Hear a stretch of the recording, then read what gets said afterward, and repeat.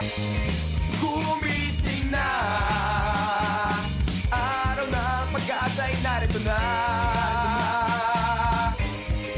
Dumating din, harapin natin.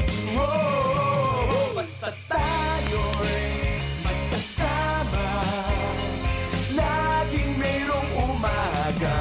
Kay ganda, pagsikat ng araw, may dalang liwanag sa ating pangarap. Oh, haharapin natin. Haharapin natin. Talaga namang feel na feel mo ang Pasko kapag marami ka nang nakikitang ganitong klase ng bulaklak. Ang bango ng bulaklak. O, di ba? Dalawang kanta yan, ha?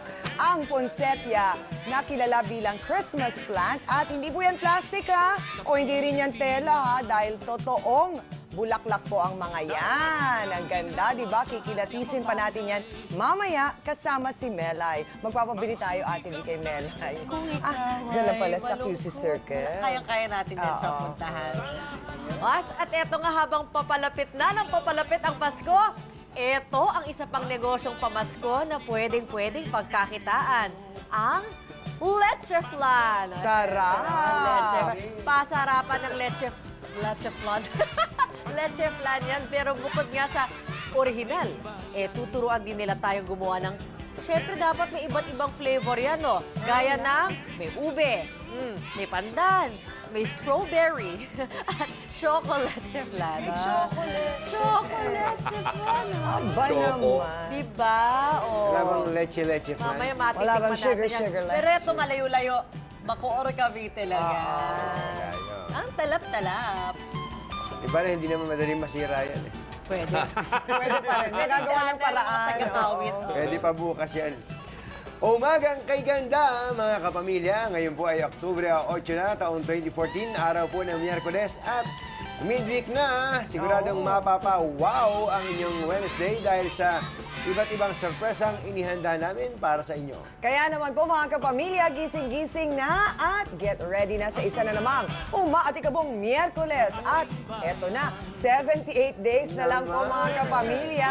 Pasko na, kaya simulan na natin ang mga may saya at may ngiti ang ating umaga para buong araw ay lagi talaga tayong masigla. Kaya bango na at sabay-sabay nating salubungin ang isang Umagang Kay Ganda! Sa ulo ng mga balita. Taas pasahe sa MRT at LRT, pirma na lang ang kulang. Pero mga pasahero, walang asang rollback sa pasahe sa PUJ. Bagyong Ompong, nagbago ba ng direksyon? Alamin sa Pag-asa. Vegan, pasok sa top 14 ng New 7 Wonder Cities.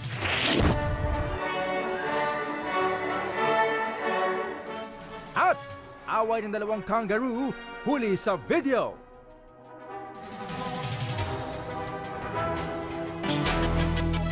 Narito na po ang maagang pasada ng mga balita. Hawak na ng pulisya ang sinasabing suspect sa pagpatay sa ina ng batikang aktres na si Cherry Pie Picache. Nasa linya ng telepono si Sian Ambrosio. Sian, umagang kay ganda. Umagang kay ganda, Tunying. Arestado na nga ng Santa Rosa, Laguna Police na pinangunahan ni Superintendent Pergentino Malabed Jr. at Senior Inspector Jeff Eason ang pangunahing suspect sa pagpatay sa ina ni Cherry Pie Picache na si Michael Equay Flores, 29 years old, dito nga sa Santa Rosa, Laguna. Naaresto siya base sa tip ng isang concerned citizen matapos makita sa loob ng subdivision habang naninigarilyo sa labas ng isang bahay. Sa inisyal na kwento ng suspect, nasa bangketa lang sila nakatambay na umami nga siya na gumagamit sila ng illegal na droga kasama ang dalawa pang suspect. Nauna siya sa bahay ng biktima at pinapasok at dalawang kasamahan at sinabing target lang daw nilang nakawan ito, pero nang sumigaw nga ang biktima, doon na raw napatay ang kanyang kasamahan ng ina ni Cherry Pie. At yan muna ang pinakahuling balita mula dito sa Santa Rosa, Laguna, Tuning. Nagpagupit si no? Dati, Tama. yung unang picture, blonde pa yan, mahaba buhok. Baka daw makilala. Kasi Ganyan, Tunying, nag-iba-iba nga siya, nag-disguise nga siya at nagpalipat-lipat ng lugar. Meron tayong info na meron sa Metro Manila, sinabi nagpunta sa Taguig, tapos iba-ibang mga lugar nga din sa Metro Manila hanggang sa nakarating siya dito sa Santa Rosa, Laguna at nakikiusap nga siya doon sa isang dating kaibigan na ayun nga, kung pwede daw magstay doon sa loob ng bahay. Pero maswerte na lang at may nag-tip na concerned citizen. Kaya nasabi agad doon sa police station na agad rumisponde naman dito. Tunying. Okay, maraming salamat sa iyo, Zian Ambrosio, at congratulations sa iyong balita na yan. Magandang magandang development yan sapagkat alam po naman natin kung gaano kapigat yan ang dinanas nung pamilya ni Cherry Pie Picache nitong nakaraan. Nakita ko pa sa Instagram, di ba? Matandang Actually, walang kahapon- laban yung biktima nito eh. Kahapon, nung pinost ni Cherry Pie Picache, yung litrato nga ng taong yan, at talagang nakiusap siya sa lahat na ikalat. Oo, sa social media yung litrato nga. Huli agad, timbog agad. Congratulations sa pulis. Ayan, yun na po rin natin ang pulis na nakahuli po sa kanila. Dito sa suspect na to. 5:01 ng oras ngayon.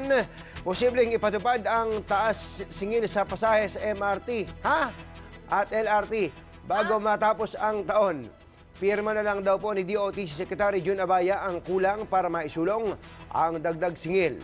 Mula sa minimum fare na 10 piso, tataas sa 11 pesos ang pasahe at dagdag na piso sa bawat susunod na kilometro.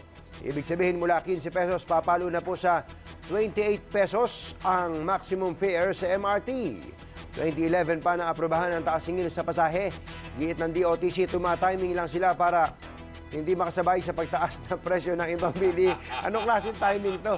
Ayon sa DOTC, para sa ikagaganda ng serbisyo ng LRT at MRT ang ipatutupad na dagdag singil sa pasahe. So ito na pala pinakamagandang timing nyo. Ito pa isa. sige. Kinumpunin na po ang naputol na bahagi ng MRT na naging sanhi ng aberya kahapon. Pero, posible pa raw itong maulit. Ayon kay Renato Jose, OIC sa MRT, 6 na kilometrong riles ang nadiskubreng kailangan palitan. Pero ang problema, 3 piraso ng riles na lang ang natira sa inventaryo ng MRT Depot. Naku po, naubusan ng stock. Ayon kay Rene Santiago, isang transport planning specialist at civil engineer, naging marupok ang riles dahil pinatagal pa ang pagpapalit sa mga ito. 3 taon na umano itong dapat na napalitan. Paliwanag naman ng maintenance provider na Global APT, hindi kakasya sa 1 taong kontrata nila ang pag-order ng mga riles dahil pa-expire na nung nag-expire ng ano. Sa susunod na taon, inaasahan ang pinakaunang malawakang rehabilitasyon at pagpapalit ng riles matapos ang 16 na taon. Saka naman nakakita ng maintenance ng isang ganito ka-importanting pasilidad na nauubusan ng pyesa. Stock. Yung release, di ba, importante yung sa trend? Parang Hindi importante, nga. parang importante. Hindi nga din, yata. At nabibitak pala yun, ano? Yung release, San Mariano Kaindo. Tapos magtataas. Sabi kasi naman ni Kenny Rogers, talagang through the years na bibitak yun. Years, mabibitak. Hindi, pero yung binabanggit na pagtataas ng pamasahe. Sabi nga po natin nung nakaraan pa Dati dito, na pa dapat. mukhang wala namang problemang magtaas ng pamasahe. Kaya lang, itiniming nyo pa na busit ang tao sa MRT. Tapos December, tumataas ang presyo ng mga pangunahing Next bilhin. year na daw. Talagang parang, Best in timing, costume and projection. Yan. 100% ang points Yun nila. ang sinasabi Kaya lang natin. bagsak sila sa audience impact. Yo! Hindi ba pwedeng abonohan nila? I mean, totoo ha, hindi ba pwedeng abonohan? Matagal nang Abonohan mo nga, George. Matagal na yata ang inaabonohan ni George. Ang totoo nun, matagal nang inaabunuhan. Kaya ang reklamo ng mga taga Mindanao at Visayas, bakit kaming Kasama taga kami. Visayas at Mindanao Nag-aabono mag-aabono yan. sa mga taga Metro Manila? Bagamat hindi naman din tamang maging katwiran yun na bakit ang mga taga Mindanao Totoo naman. ay mag-aabono sapagkat meron din namang mga pasilidad sa Mindanao na hindi rin naman nalalasap ng mga taga Luzon. Ganun ang taxation eh. Ganun talaga. Lahat dapat ay nakikinabang. Kaya lang yung pong isa-subsidize mo ng ubod ng mas malaki pa yung subsidy kaysa dun sa Sa binabayaran. actual na cost. Parang yung discount ni Mr. Discount. Mas malaki pa yung subsidy. Kilala nyo na kung sino si Mr. Discount. no? Babalik na naman tayo dyan sa Ang ibig sasakyan natin yan eh. sabihin po dito, talagang dapat nang magtaas. Kaya lang, yung timing mukhang I-explain ko sa iyo, Tunying, yung timing na yan. sabi niyo, bakit kayo ng timing? Tama ang timing ngayon. Kasi, total, binabati ko sila lang kami. Para Ano isang, ba may dadagdag niya? para isang sakit na lang nga. Tama ka, Tito A. O, go na, pirmahan nyo na yan. Parang namamanhit na kami, gano'n na ano, Gusto no? na lagyan natin ng magandang angulo. Ito ang magandang angulo. Para mabawasan ang sumasakay sa MRT at mas marami sumakay sa bus, mahal na natin. Parang gano'n. Mababawasan ang sakay. Sa jeep. Para sa kapakinabangan din ng mamamayan. Ayos! Sakarin na lang natin. Ay, nako, eto, jeep. Nako, Sa eto, jeep tayo. pero kung tataas ang pasahe sa MRT at LRT, tutol naman ang ilang transport group sa pagsusulong na ibaba sa 8 pesos ang minimum fare sa PUJ. Kinontra ng transport group na FEJODAP at ACTO ang pagsusulong ng Pasang Mazda ng fare rollback. Kinwestiyon ni Zenny Maranan ng FEJODAP si Pasang Mazda President Obet Martin kung nakonsulta ang kanyang kasamahan sa panukala. Git niya, muling tataas ang presyo ng krudo at mga spare parts para sa katunayan, hinihilingan ng FEJODAP na itaas sa 10 pesos ang minimum fare. Uy, ang taas no, kapag pumalo sa 47 pesos ang presyo ng diesel. Ayon naman kay Efren De Luna ng ACTO, nagpapapogi lang daw si Ka Obet Martin at hindi pa naihahain ng Pasang Mazda ang panukala hanggang hindi nagkukumit ang LTFRB na ibalik sa 8.50 ang minimum fare, oras na muling tumaas naman ang presyo ng petrolyo. Nakakatawa yung sagot ni Ka Obet Martin dyan eh. Kasi nagbababag yung mga transport group, may kaampi dito. Sabi ni Ka Obet, ha? Magpapapogi ako eh. Pogi na ako eh. Alam mo, ang nalaman ko pala dito, yun nga, di ba sabi kina Ka Obet Martin ito, apparently, yung mga drivers, mga tsuper na yan, lahat sila stakeholders dito sa e-jeep na to. So, hindi ito yung, kasi di ba tinatanong ko sinong may-ari nito eh. Akala ko yung mga Parang private cooperative, companies. ah. Oo, pero ang maganda, meron silang ano, at ito, forward-looking na yung teknolohiya, di ba? I mean, Parang sinasabi ng kwan dito, ng FEJODAP saka ACTO, nagsisip-sip nun si Ka Obet, kaya nagpo-propose na ibaba ang pamasahe dahil sa nakikinabang siya sa gobyerno ngayon, nagpapapogi siya sa gobyerno. Pero alam niyo, lahat ng klase ay kaluluwag ng bayan, tatanggapin namin. Tatanggapin namin kahit na magpapogi pa, kahit pogi pa, basta makikinabang ang bayan, no problem sa atin yan. Basta't ginhawa yan. 5:07 ang oras natin. Dapat naman pong managot ang taxi operators oras na masangkot sa krimen o aksidente ang kanilang tsuper. Ito po ang iginiit ng National Center for Commuter Safety and Protection. Ayon po kay Elvira Medina, presidente ng Commuter Group, kasama sa pinirmahan ng operators sa franchise ang kaligtasan ng mga pasahero. Pero ayon naman sa ilang taxi driver, madalas daw masangkot ang taxi sa krimen kapag inaagaw sa kanila ng mga hold-upper o gumagawa ng krimen. Giit pa ng Commuter Group, kailangan daw na repasuhin ng LTFRB ang prangkisa ng mga taxi. Hindi lang sa franchise. Kung di ako nagkakamali, yung isang abogado nagsabi sa akin, nasa batas. Oo. dapat naman talaga. Nasa batas yung, nakalagay siya. kung di ako nagkakamali, yung law on common conveyance. Nasa batas yun. Alam nga magbabayad lang ng boundary, wala ka nang pakialam kung ano yung background ng Yung ano. kwan lang, ng yung driver nyo. sa krimen lang, ewan ko kung paano. Oo. Ayun sa krimen, iba yun. Dahil may kanya-kanya tayo, ang bawat individual ay may kanyang pasan pagdating sa paggawa ng krimen. True. Pero yung kwan, yung nang-aabuso yung driver, overcharging. Alam mo, yung si Ate Marife, uso naman. Yung nag-taxi siya, 160 usually, kahapon naging 250. Ang bilis-bilis daw nung patak ng metro. Si Marife. Kaya pala sabi niya, hindi na daw siya maghahanda sa birthday ni Sophia dahil dinali daw ng taxi driver. Naku, buti na lang. Birthday ng bata, ni Sophia, yung anak niya. Nakuha ng taxi. Pero eto, nako, siya alam mo naman. Heto ako, basang-basa sa ulan. Aging, aging. Pwede ka na palang dancer, ano? Heto ako. Kumapit pa talaga. Ay, nako, Bakit relate feeling tayo lang? dyan. Ngitian natin, pero masakit talaga dinaanan natin kahapon. Ano, muli pong inulan naman ang bahagi ng Metro Manila at naghanap tuloy ng masisilungan ang ilang mga sasakyan. Binaha rin ang ilang lugar. Gaya ng, eto ang daming binaha. Mendiola, Ayala Boulevard, Taft Avenue, pati UN Avenue. Tapos, lumutang pa yung dalawang sasakyan sa may Mother Ignacia. Huwag na kaya kayo pumarada dyan sa Quezon City dahil abot baywang na ang baha. Pero humupa rin ito nang tumigil ang ulan. Ayon nga po sa Pag-asa, thunderstorms. Dati si Habagat. Ngayon, thunderstorms na ang sanhin ng mga pag-ulan. Pero matatawa ka kahapon Hanggang ano daw, Friday, na ganyan ang lagay ng panahon. Hindi, tama, kakausap natin yung Pag-asa. Pero kahapon, maibalita ko lang, dito sa paligid ng ABS-CBN, umulan ng todo lakas, di ba? Tapos may mga lumutang pang sasakyan. Pero pumunta ka ng konti sa may Commonwealth, umiinit, napakatindi ng sikat ng araw. Sa Bagbag na Baliches, napakatindi ng sikat ng araw. Tapos sa Makati, lubog na yung... Lubog na. Kaya talagang Oo, grabe. iba na ang panahon ngayon. May Pag-asa pa ba? Ay, tela. Isingit ko, sabi ni Ate Maripena naman, sa Pasig daw hindi na nabaha kasi parang gumastos yung gobyerno nila doon. Sa pump. Magaling talaga yan si Mayor Raimundo. Dapat ganyan. May Pag-asa. May Pag-asa. Ito nga, may Pag-asa. Di ba si Enting Eusebio ang mayor? Ay, no. Ano palitan na? Tagal. Iba yun. Si Enting na. Iba yun. Ito na, may Pag-asa tayo. Nakapasok na nga daw sa Philippine Area of Responsibility ang bagyong Ompong, pero nagbago ba kaya ang direksyon nito?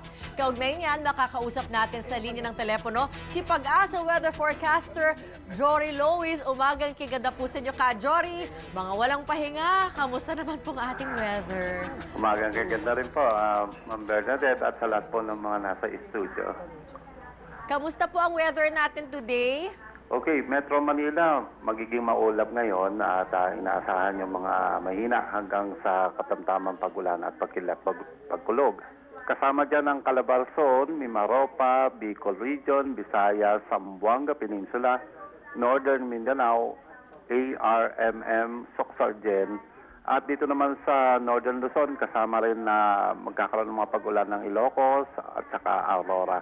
So totally halos buong bansa ay mababalutan po ng ulap sa araw na to. Maliban lamang po sa ilang lugar na lang na maaaring makaranas ng thunderstorms.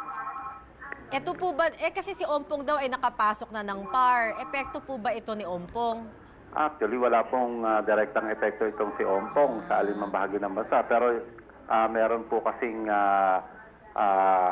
dito sa Mindanao, apektado pa rin ng ITCC. And at the same time, meron pong northeasterlies na nahahatak po nitong si Ompong at dito nga tumatama sa Northern Luzon. So, talagang halos buong araw ay magiging maulap po sa mga nabanggit kong lugar. And even tomorrow, ayan, maulap pa rin until magsisimula na pong unti-unti mag-improve ang weather pagkapalabas na po ng PAR itong si Ompong. Kailan po kaya yun? Itong mga Friday, Saturday, lalabas na po siya ng PAR. Tama, araw ng laba. Araw ng laba? Ay, nako. Ay, so mamaya ho, may thunderstorms na naman yung ganang naranasan natin kahapon. Ganun po kaya ulit? Yeah, po. Asahan po natin. Even ngayong umaga, may mga possibilities na ng mga light to moderate rain showers dito sa Metro Manila. Kajori. Opo. Oo, si Tunying po, hindi, kinukwento ko kanina, dito lang sa Quezon City, ubod ng lakas dito sa paligid ng ABS-CBN, bumaha pa nga. Pero doon sa bandang Commonwealth, sa bandang Mindanao Avenue, papunta ng Novaliches, abay, mainit eh. At hindi na sikat ng araw. Ganun po ba talaga sa buong Metro Manila nangyari? Yun po yung, yung tinatawag nating isolated rain showers and thunderstorms. So, ibang parte medyo maganda panahon, tapos sa ibang parte malakas ang pagulan na nararanasan po. Oo, naku. Kumbaga dapat masanay na tayo sa ganun. No?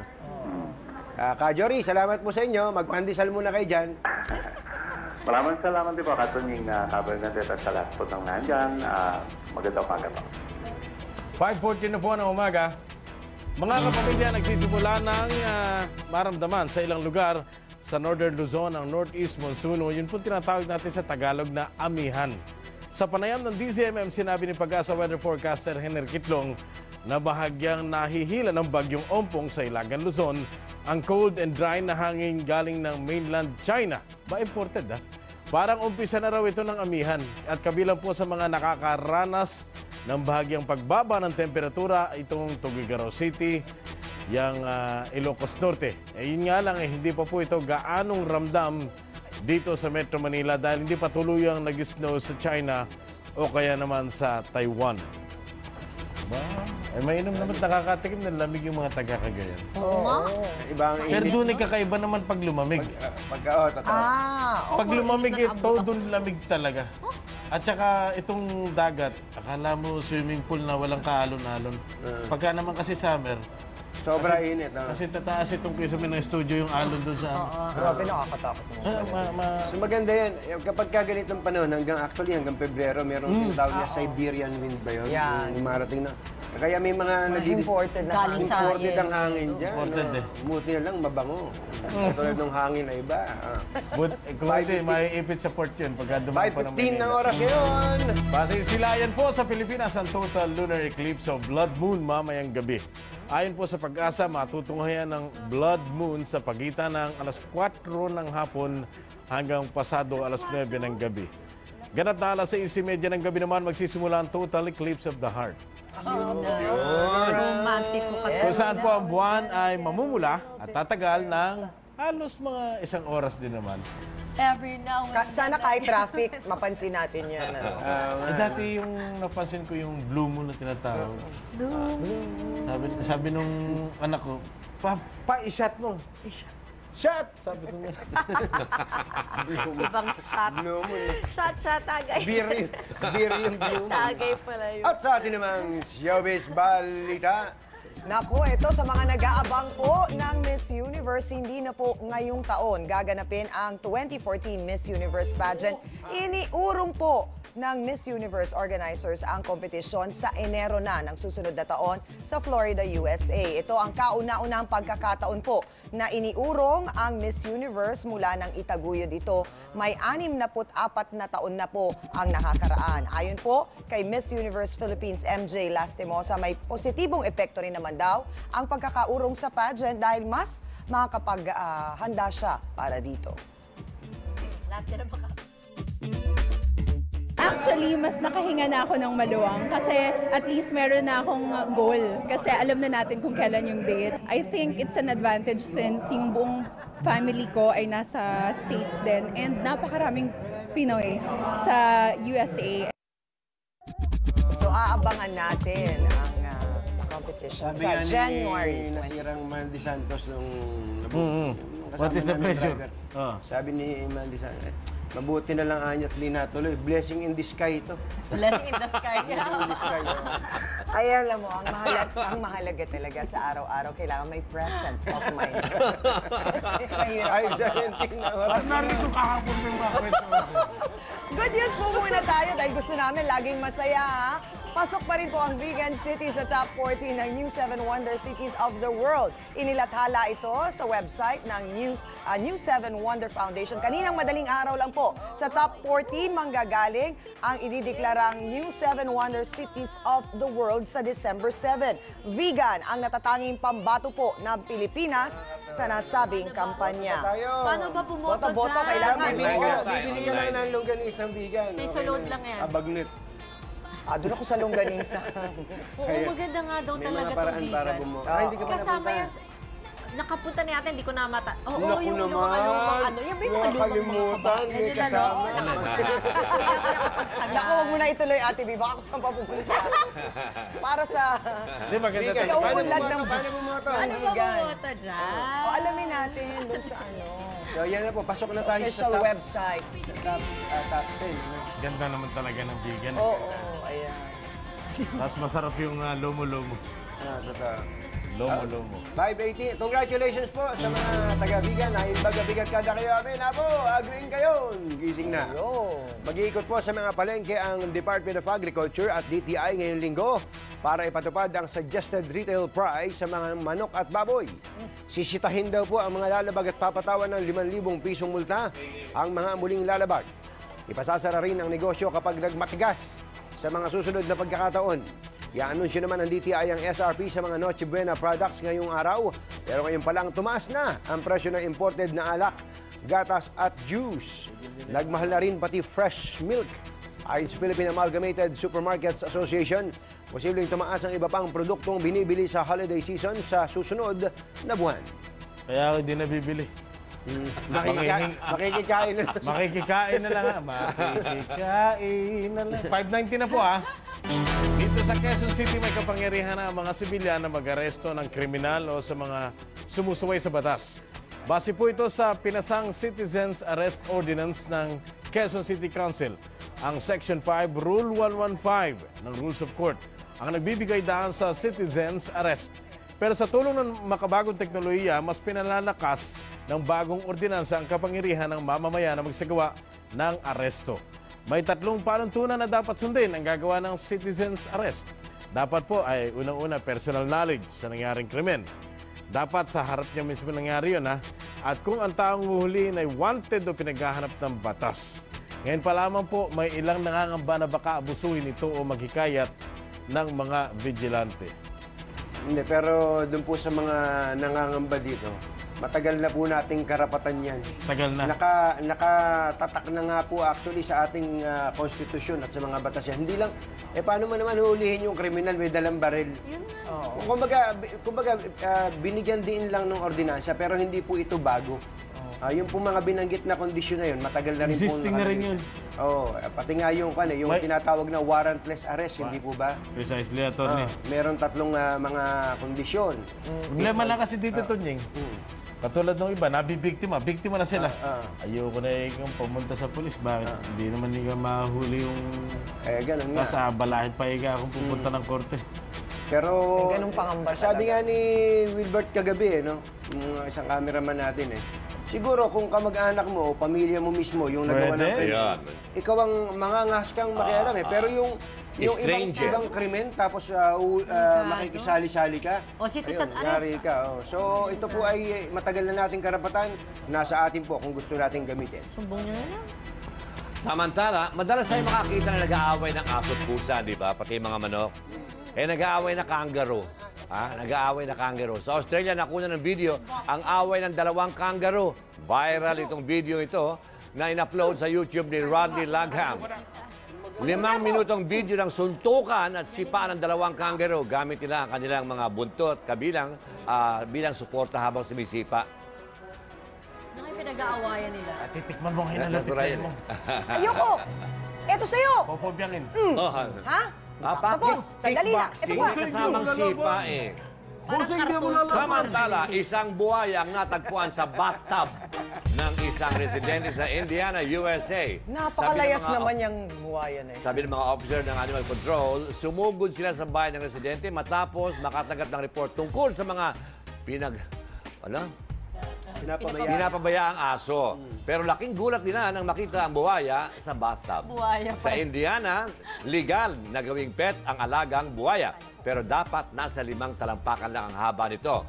Pag lumaki ng sobra, kailangan nang kumuha ng special permit, bagay na hindi ginawa ng may-ari. Yun, malaki Kaya lang, malaki na kukunin talaga yan. Hindi, napamahal na siguro yun. Sa bathtub na naabutan. Sila Cost.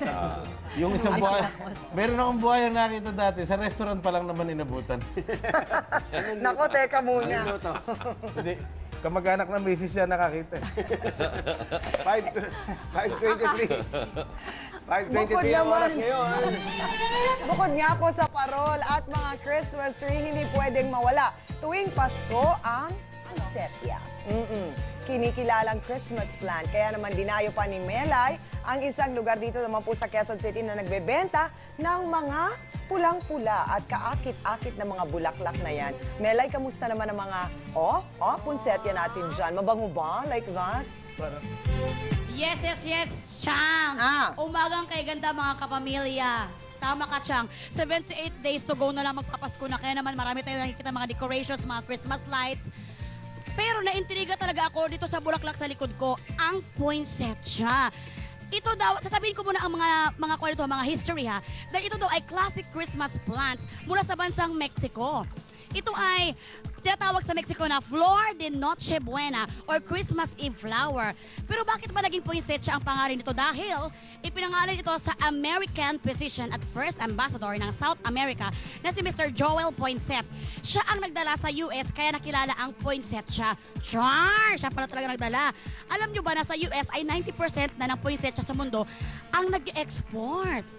Pero guys, akala nyo ba dito sa Pilipinas, sa US pa galing ating mga poinsettia? No way! Dahil sa Pilipinas, meron tayong King Louis Flowers and Plants.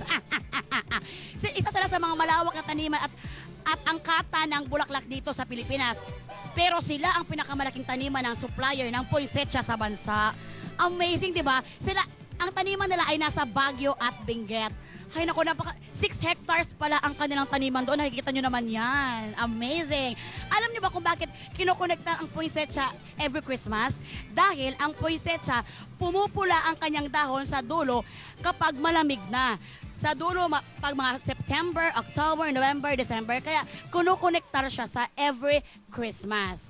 Well, guys, mamaya, ipapakita ko sa inyo ang different kinds of poinsettia, ang tips kung paano ito alagaan, at nabubuhay ba ang poinsettia kapag mainit?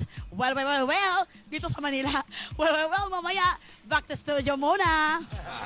Thank you, Kuya Kim. Maraming salamat, Kuya Kim. Dami namin natutunan sa iyo ngayong umaga, Ate Melay. Todo In fairness sa'yo sa mga char-char mo dyan, ha? Matalino talaga ako ngayon. Maraming salamat sa iyo, Melay. Babalikan po natin si Melay mamaya dyan. At ngayon pala, nag-iisip na ako ng re-reguluhan ng konsensya. Bakit? Ay, Konsensya. Ay, konsensya. Konsensya. At abangan naman sa susunod na pasada ng mga balita. Suspect sa pagpatay sa nanay ni Cherry Pie, Tikache, natunton sa Laguna ng mga pulis. Pinakamalaking eroplano sa mundo, lumapag na sa bansa.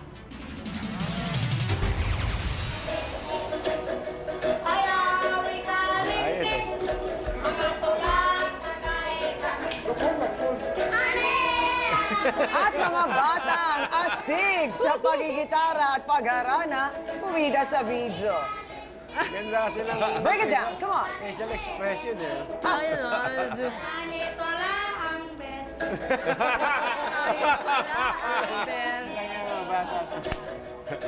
Midweek regalo ang ibibigay namin sa sino mang makakakuha nito. Meron kaming papakita ang mga piraso ng larawan ng ilang kilalang personalidad sa iba't ibang bahagi ng programa. Gaya nitong ating sample na picture na ito. Sample yan, sample. Sikote pala, makikilala mo na. Oras na mailabas na namin ang lahat ng mga clues sa kung sino ang taong yan. I-text ang UKG space at ang inyong sagot at ipadala sa 2366. At kapag kayo nanalo, nako sa inyo sa damakmak na pa-premium ito. Wow! Lahat ng yan at iba pa, ha? Okay, fine. Oh, yun. Yan naman pala. Kailangan pala pakita yung iceberg. Lahat ng yan at iba pa sa pagbabalik ng Umagang Kay Ganda! You know, I go.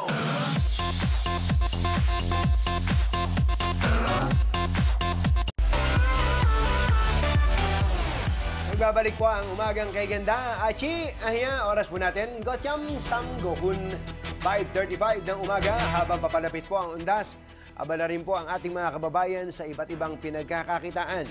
Sa Pangasinan, bukod sa paggawa ng kandila, patok din po ang i-lapida. Ayun! At live mula sa Dagupan, magbabalita si Melanie Heng. Masanto si Kabusan na Melanie. Yes, Anthony, masanto siya kabosaned si kay namin. Moderno ng panahon, kaya naman, maging mga lapida, high-tech na rin. Kung dati ay mano-mano itong inuukit ngayon, nilalayout na lang ito sa computer. 5 taon nang pinagkakakitaan ng pamilya Tabinas ang computerized lapida sa Urdaneta City, Pangasinan. Mas madali na siyang gawin ngayon at saka mas presentable, mas maganda talaga siyang tignan kaysa doon sa mga dati na tinitik-tik lang. Patok daw na disenyo ngayon ang colored picture at pirma ng yumaong mahal sa buhay. Pwede rin itong lagyan ng quotes o kaya ay personal message. Maaari ring mamili ng kulay ng lettering at kung marmol o granite ang gagamitin. Kapag na-layout na, yun na. Doon na siya, papasok na siya sa machine. Ang ginagawa kasi namin, sinasandblast namin siya. Nasa 7,000 pesos hanggang 15,000 pesos ang halaga nito, depende sa laki at disenyo.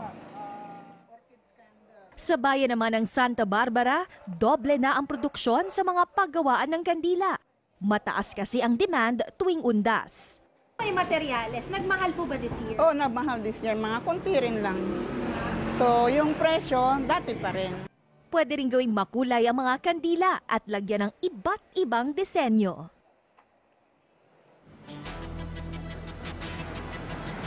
At payo naman sa mga kapamilya natin, mamili na ng mas maaga para makamura. Kadalasan kasi ay tumataas ang presyo ng mga kandila habang papalapit na ang undas. At yan muna ang latest mula dito sa Pangasinan. Balik sa iyo, Anthony. Napakaganda ng report mo, Melanie, pero ang napansin namin ay napakaganda mo ngayon. Para kang blooming na blooming. Kahit sa dilim ng kalsada ng Dagupan, kitang-kita pa rin. Ano ba ang sikreto? Naku, maraming salamat sa papuri mo, Anthony. Wala kasi sikreto. Yung sikreto ba ng kumakain ka na ba ng maraming tiyan ng bangus ngayon? O?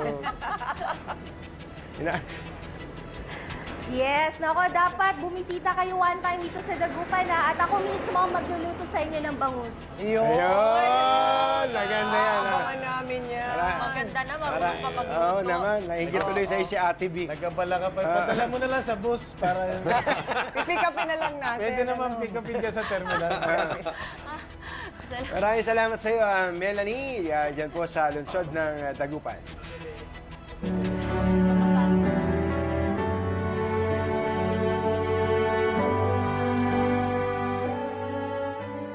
Oras po natin, 5:48. Kahapon po ang pista ng Our Lady of the Rosary at ngayong Oktubre naman ang Month of the Holy Rosary. Napaka-importanting pista po ito para sa simbahang Katolika, lalo na sa ating Santo Papa, na kilalang deboto po ng Birheng Maria. Ayon kay Pope Francis kasi, ang Feast of Our Lady of the Rosary ay isang pagkakataon para ipaalala sa simbahang Katolika ang bisa ng banal na rosaryo. Binansagan pa nga ng Santo Papa na super medicine ang rosaryo. Ito nga ang dagdag ni Pope Francis, paggunit na sa buhay ni Kristo. Yan naman po ang pagdarasal ng rosaryo bilang paalala sa atin kung papaano mabuhay ng matapat at may paninindihan sa Panginoon. Alam mo, meron na ngayon ano? Yung app na rosary. Meron na. Oo. Kaya kung ikaw ay nasa biyahe, hindi mo na earphone. Oo, para pwede. hindi naman nakakaabala sa katabi mo. Baka naman gusto niyang matulog at hindi magdasal. Yung iba naman ginagawa habang nag-workout, kunyari nasa treadmill, ganun na yung tumatakbo, yun ginagawa. Ganun ginagawa na anak ng biyanan ko. Asawa mo pa. 5:39 na po ang oras ngayon. Senyor, wala tayong pakimagas dyan. Nagbabalik ang umagang kay ganda. Talaga namang tataas ang inyong sugar sa katawan kapag ito'y ginawa ninyo sa buhay. Kasi masarap naman kasi. Alam niyo ang sugar, isa sa pinaka-basic na hinahanap ng tao. Noong kapanahon hindi pa tayo marunong magbasa ng prompter, may sugar na sa mundo. Evolutionarily, gustong-gusto natin ang asukal. Kaya kung sino pang matikman ang pagkasarap-sarap ng mga leche flan sa iba't ibang flavor na nagsisilbing bread, butter at sugar na rin ng isang pamilya sa Bacoor, Cavite, doon dumayo ngayon si Tita Winnie.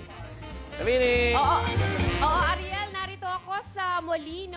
Ano ba, pang ilang Molino mo to? Molino 3 dito sa Bacoor, Cavite. Kasama ko si Ella. Hi, Ella. Magandang umaga sa iyo. Umagang kay ganda po. Wow, naunahan pa ako. Umagang kay ganda. Ang negosyo nga nitong si Ella ay paggawa ng leche flan. Isa lamang ito sa mga negosyo nila, 'di ba, dito sa Cavite. At saan nanggaling ang recipe, Ella? Originally, sa mami ko po, natinuloy ko lang. Pero 40 years na po siya sa family. Way back, nasa Manila pa po Pati kami. nga daw sa lola mo pa nang galing yung recipe. Pamana diba? talaga. Pamana. At habang nasa banig ng karamdaman ang kanyang ina, may binulong sa'yo. Ano, Ella? Ano bang sabi? Ituloy ko lang po ang paggawa ng leche flan.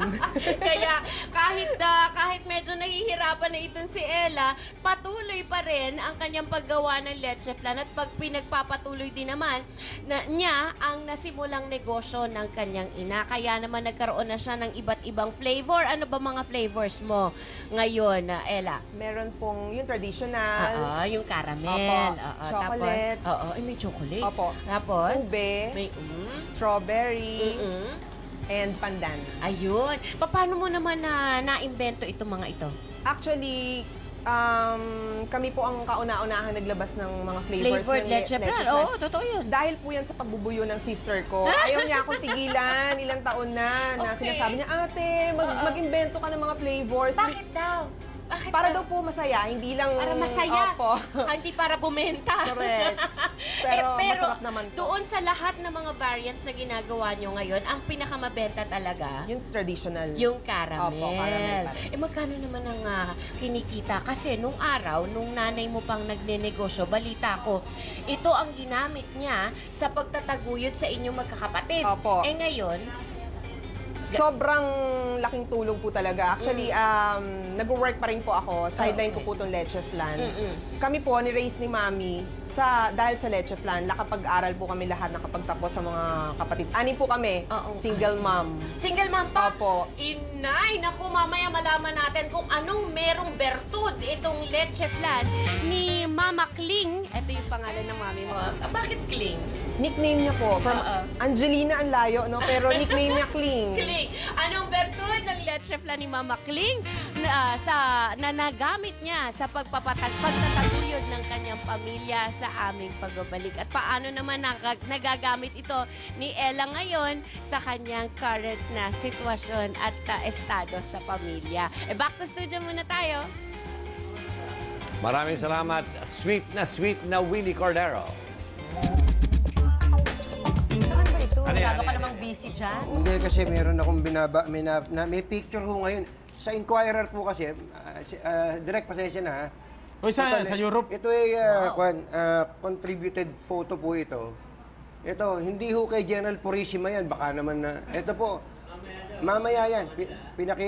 Abangan po niyo ito mamaya sa Philippine Star. Hindi. Ito, kay Kwan daw po ito, kay Vice President Binay daw po yan, o dami daw po ni Vice President Binay. Mamaya, pinakita lang namin. Mag-showbiz muna tayo. Sige, abangan namin yan mamaya. Oras po natin, 5:44 na ng umaga Philippine Standard Time. Nabigo naman po ang ilang fans ni Tony Gonzaga nang hindi mag-propose si Direk Paul Soriano sa concert ng Ultimate Multimedia Star nung nakaraang Biyernes. Pero sabi naman po ni Direk Paul, hindi raw ibig sabihin nito na wala siyang balak na mag-propose sa girlfriend. Mas gusto daw kasi ni Direk nasa likod ng camera alukin ng kasal si Tony. Yun naman pala, dahil gusto niyang maging intimate talaga ang mahalagang bahaging ito ng kanilang buhay. At ayaw rin daw nilang makisabay sa mga engagement ng mga sikat na personalidad ngayong taon. Pero sure naman daw si Direk Paul na si Tony na ang babaeng gusto niyang makasama habang buhay.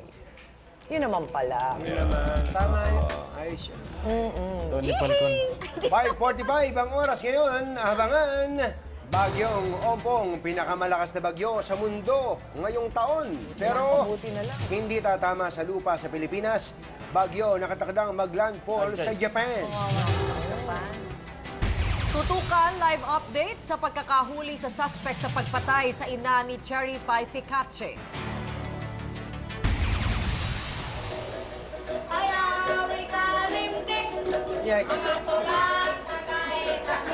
At mga batang hanep sa pagigitara at paggarana, bumida sa video.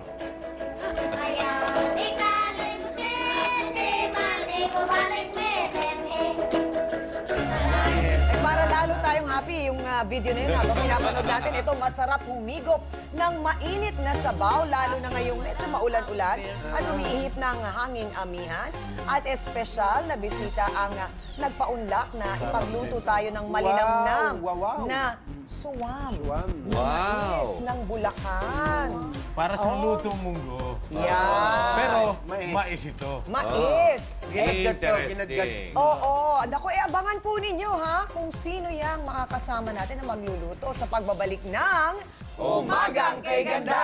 Pwede yan sa nakapusti.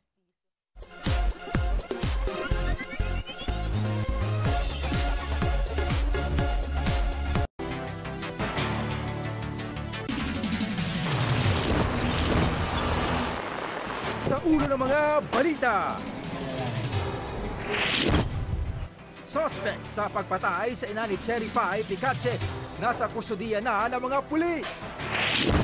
Suspect sa pagpatay at pangaghasa sa 11 buwang gulang na sanggol sa San Juan, inisyuhan ng warrant of arrest. pinakamalaking passenger aircraft sa mundo, lumapag na sa bansa. Bagyong Ompong, super typhoon na pero hindi tatama sa lupa sa Pilipinas.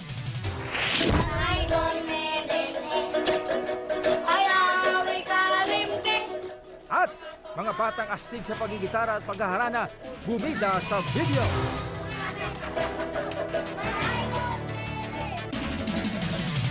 Narito na po ang mga balita ang kailangan nyo malaman ngayong umaga. Kapapasok lang po na balita, barado po ang bahagi ng Jones Bridge patungong Binondo matapos bumangga ang isang taxi sa isang nakaparadang truck kanina.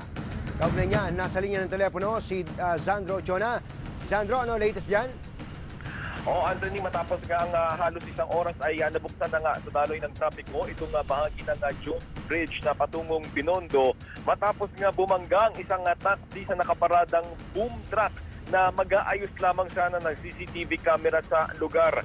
Pakas pa nga sa windshield ng taxi kung saan tumama yung ulo ng driver matapos nga maaksidente pasado alas 4 ng madaling araw kanina sa bahagi ng Jones Bridge sa lungsod ng Maynila. Bumangga ang taxi sa nakaparadang boom truck na nag-aayos nga lang sana ng CCTV camera sa lugar. Pero ayon doon sa mga nag-aayos sa CCTV camera, partikular itong si Joel Barrios, ay kumpleto naman daw sa traffic cones at naka-hazard naman din daw yung truck nang maganap ang aksidente. Kapansin-pansin rin aniya ang sira yung mga street light kung kaya't maaaring hindi napansin ng driver yung nakaparadang boom truck. Pero ayon nga rin doon sa mga nag-aayos, doon sa iba pang nag-aayos sa CCTV camera sa lugar, mabilis yung pagpapatakbo ng driver at hindi rin daw ito naka-seatbelt. Yung mga nag-aayos sa CCTV camera na rin, yung tumawag sa rescue team na nagdala naman ng nagdala doon sa sugatang driver sa ospital. So ngayon, Anthony, nadadaanan naman na yung bahagi ng Jones Bridge sa mga oras na ito, Anthony. Sandro, walang pasahero yung taxi? Mabuti na lamang walang pasahero yung taxi nung maganap yung aksidente at tanging itong driver lamang yung naipit doon sa loob ng taxi nung maganap nga yung aksidente. So ang klaro doon sa sinasabi nung naglalagay ka mo ng CCTV o nag-aayos ay naka-hazard sila tapos kumbaga may early warning device. So in all likelihood, ang sinasabi nila, ang may problema dyan, yung driver baka nakatulog. Oo, malamang naka-idlip. Yun din yung sinabi doon sa mga nag-aayos ng CCTV camera, ay naka-idlip daw itong taxi driver, Anthony. Okay, maraming salamat. So yung mga driver po natin, lalo na po yung mga taxi drivers, tiyakin po na hindi kayo inaantok. At pangalawa, kahit sinong driver dapat naka-seatbelt. Samantala, kinumpunit po kaninang madaling araw ang nasirang riles ng MRT at live mula North Avenue Station. Nasa linya ng telepono si Cory Quintos. Tita Cory, umagang kay ganda sa'yo. Tita Cory. Umagang kay ganda sa'yo, Anthony. Pasado alas 12 nga ng hating gabi nang simulang kumpunihin ang putol na parte ng riles ng MRT sa pagitan ng Ortigas at Santolan northbound. Ito yung nasirang parte ng riles kahapon ng umaga, kaya pansamantalang pinaigsi ang biyahe mula ito hanggang Taft vice versa. Pinalitan ng bagong riles ang nasira sa kahihinangin. Ayon sa pamunuan ng MRT, may posibilidad na maulit pa ito, pero maganda pa ang signaling system ng MRT na siyang nakakadetect kung may sira ang nasabing riles para maiwasan ang disgrasya sa pagbiyahe. Pero ang pangamba dito ay 3 pirasong pampalit na lang na riles ang natitira. Po si Cory Quintos. Papiano. Ito mo nagpapiano pa ito. Oras ang pagbabalita. Babalikan po natin si Cory. Tita Cory. Babalikan natin si Tita Cory kasi baka nagpipiano lang po si Tita Cory. Sandali. So ang report po ni Tita Cory, nag-umpisa na po ang pagkukumpune ng pong riles ng tren ng MRT na kahapon po ay nagka-problema. Pinagmula ng visit ng marami. Oo, yung pong malaking problema po ng ating mga kababayang sumasakay sa MRT. Tita Cory, babalikan po natin si Tita Cory. Mga kapamilya. 5:56 po ng umaga, naaresto ng mga polis sa Laguna ang suspect sa pagpatay sa nanay ng batikang aktres na si Cherry Pie Picache na inaasahang dadalhin sa Quezon City Police District ngayong araw. Hawak din ng mga polis ang testigong nagturo sa sospek. At nasa linya ngayon ang telepono mula sa Laguna, si Zian Ambrosio. Zian. Babalikan po natin maya-maya si Zian Ambrosio na ngayon ay sumusubaybay sa pangyayari sa Laguna. Samantala po, kahapon ay may naputol na namang relay sa MRT pero sa kabila na yan at ng halos sunod-sunod na aberyan itong mga nagdaang linggo, balak pa rin ang pamunuan ng MRT na magtaas ng pasahe. Salamat sa inyo. Yan ang umagang balita ni Jackie Pascual. Kalbaryo sa mga pasahero ng MRT ang mahabang pila lalo na tuwing umaga at siksikan sa loob ng tren. Doble perwisyo kapag nagkakaaberya pa ito. Medyo nakakakuha na siya ng oras. Kapag pumapasok ako, medyo nalilate. Pero sa kabila ng kaliwat ka ng problema, itataas pa rin ang pasahe sa MRT at LRT. 2011 pa ito naaprubahan at pirma na lang ni DOT si Secretary June Abaya ang hinihintay. Kulang yung pondo. Yung kinikita nila ay break-even lang. Ito'y dahilan na kaya hindi natin mapaganda ang serbisyo. Oras na maipatupad ang 10 pisong base fare, tataas sa 11 pesos. Kaya ang 15 pesos na pinakamataas na pamasahe, magiging 28 pesos. Hindi ito problema sa ibang commuter, basta maayos lang ang mga sira ng MRT. Understated na yung fare niya. Kailangan ng cash to maintain the unit, di ba? Pero giit ng iba, ayusin muna ang tren bago magpatupad ng taas singil. Kailangan ayusin muna nila. Dapat may mapakita muna silang maganda, di ba? Kahapon muling nagkaaberya sa biyahe ng MRT. Mula Shaw hanggang Taft at vice versa lang ang biyahe. Naputol kasi ang relay sa bandang Ortigas papuntang Santolan northbound. Kinabitan lang ng C-clamp at fish plate bago palitan ngayong gabi ang naputol na riles. Noong Huwebes lang nagkaroon din sila ng ganitong problema. At aminado ang MRT, pwede pa itong maulit. Malaki ang tsansa. Ang aming rail replacement project ngayon already involves about 6,000 linear meters of rails to be replaced. 3 piraso na lang ang natitirang pamalit sa mga masisirang riles. Kapag nagkaroon tayo ng rail breakage at wala pong maipalit na riles, hindi po tayo papayag na magkaroon ng biyahe ang tren hanggat hindi napapalitan ng riles na naputol. Kinukumpuni na ang sira sa MRT. Jackie Pascual, ABS-CBN News. Ngayong araw na po magkakaalaman kung FEU Tamaraos ang tatanghaling kampyon sa UAAP Men's Basketball 2014 kung mapanalo nila ang Game 2 kontra sa NU Bulldogs. Mamayang hapon sa Araneta Coliseum maghaharap ang dalawang kupunan para sa finals ng UAAP. Kung manalo man ang NU, meron pa pong Game 3 at yun yung do or die game nila. Pero bago po yung Game 2 ng UAAP Finals, meron munang awarding ceremonies ng Season 77 Basketball Tournament para sa Men's at Women's Division. Mapapanood yun ang live sa ABS-CBN Sports in Action sa Channel 23. Maririnig din live sa DZMM. Ano oras ba yan? Ano oras yung umpisa ng seremonya? Alas 4. Sakto-sakto.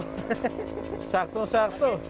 Hagip yung 2x2. Pero ito po kasi si George Carino, batang FEU ito. Kaya ganun na lang kung makapagmalaki sa akin. Go green and gold.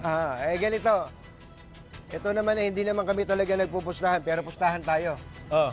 Pag nanalo NU mamaya, Ano? Pwede bang padala mo man lang ako kahit na ano? Ano ba gusto mo? Kumakain ka ba alimango? Tama-tama sa dulo yun, no? Kumakain ka alimango? Papadala mo ba sa akin? Hindi, tanong ko lang naman kung kumakain ka. Kasi may garapon na makapuno sa amin. Padadala ko sa iyo. Sige, basta kahit ano. Pagka nanalo ang FEU, ako bahala sa'yo sa almusal mo bukas. Anong bibigyan mo sa akin? Tunying spread! Agrabyado kasi wala naman palaman yung bibigay mo. Walang palaman. Basta mamaya, abangan po ninyo, kapamilya. Yan po ay mapapanood sa ABS-CBN Channel 2 at siyempre sa ABS-CBN Sports. Alas 4. Alas 4 ng hapon at mapapakinggan po DZMM 630 kHz. Pag nanalo po ang NU, ina-anticipate ko na, ang Game 3 ay ihanda mo na yung tinapay mo. Diyan ka na maghihirap. Kasi padadala mo tinapay sa Wednesday. Magkita-kita tayo sa Wednesday next week pagkatapos na talunin. Tawagan ko si Rosel. Ihanda na. Pabalot na. Nanay Bilen, pabalot mo na. Padala mo na kay Eric dito. Salamat po. Samantala po, naaresto ng mga pulis sa Laguna ang suspect sa pagpatay sa nanay ng batikang aktresa si Cherry Pie Picache na inaasahan dadalhin sa Quezon City Police District ngayong araw.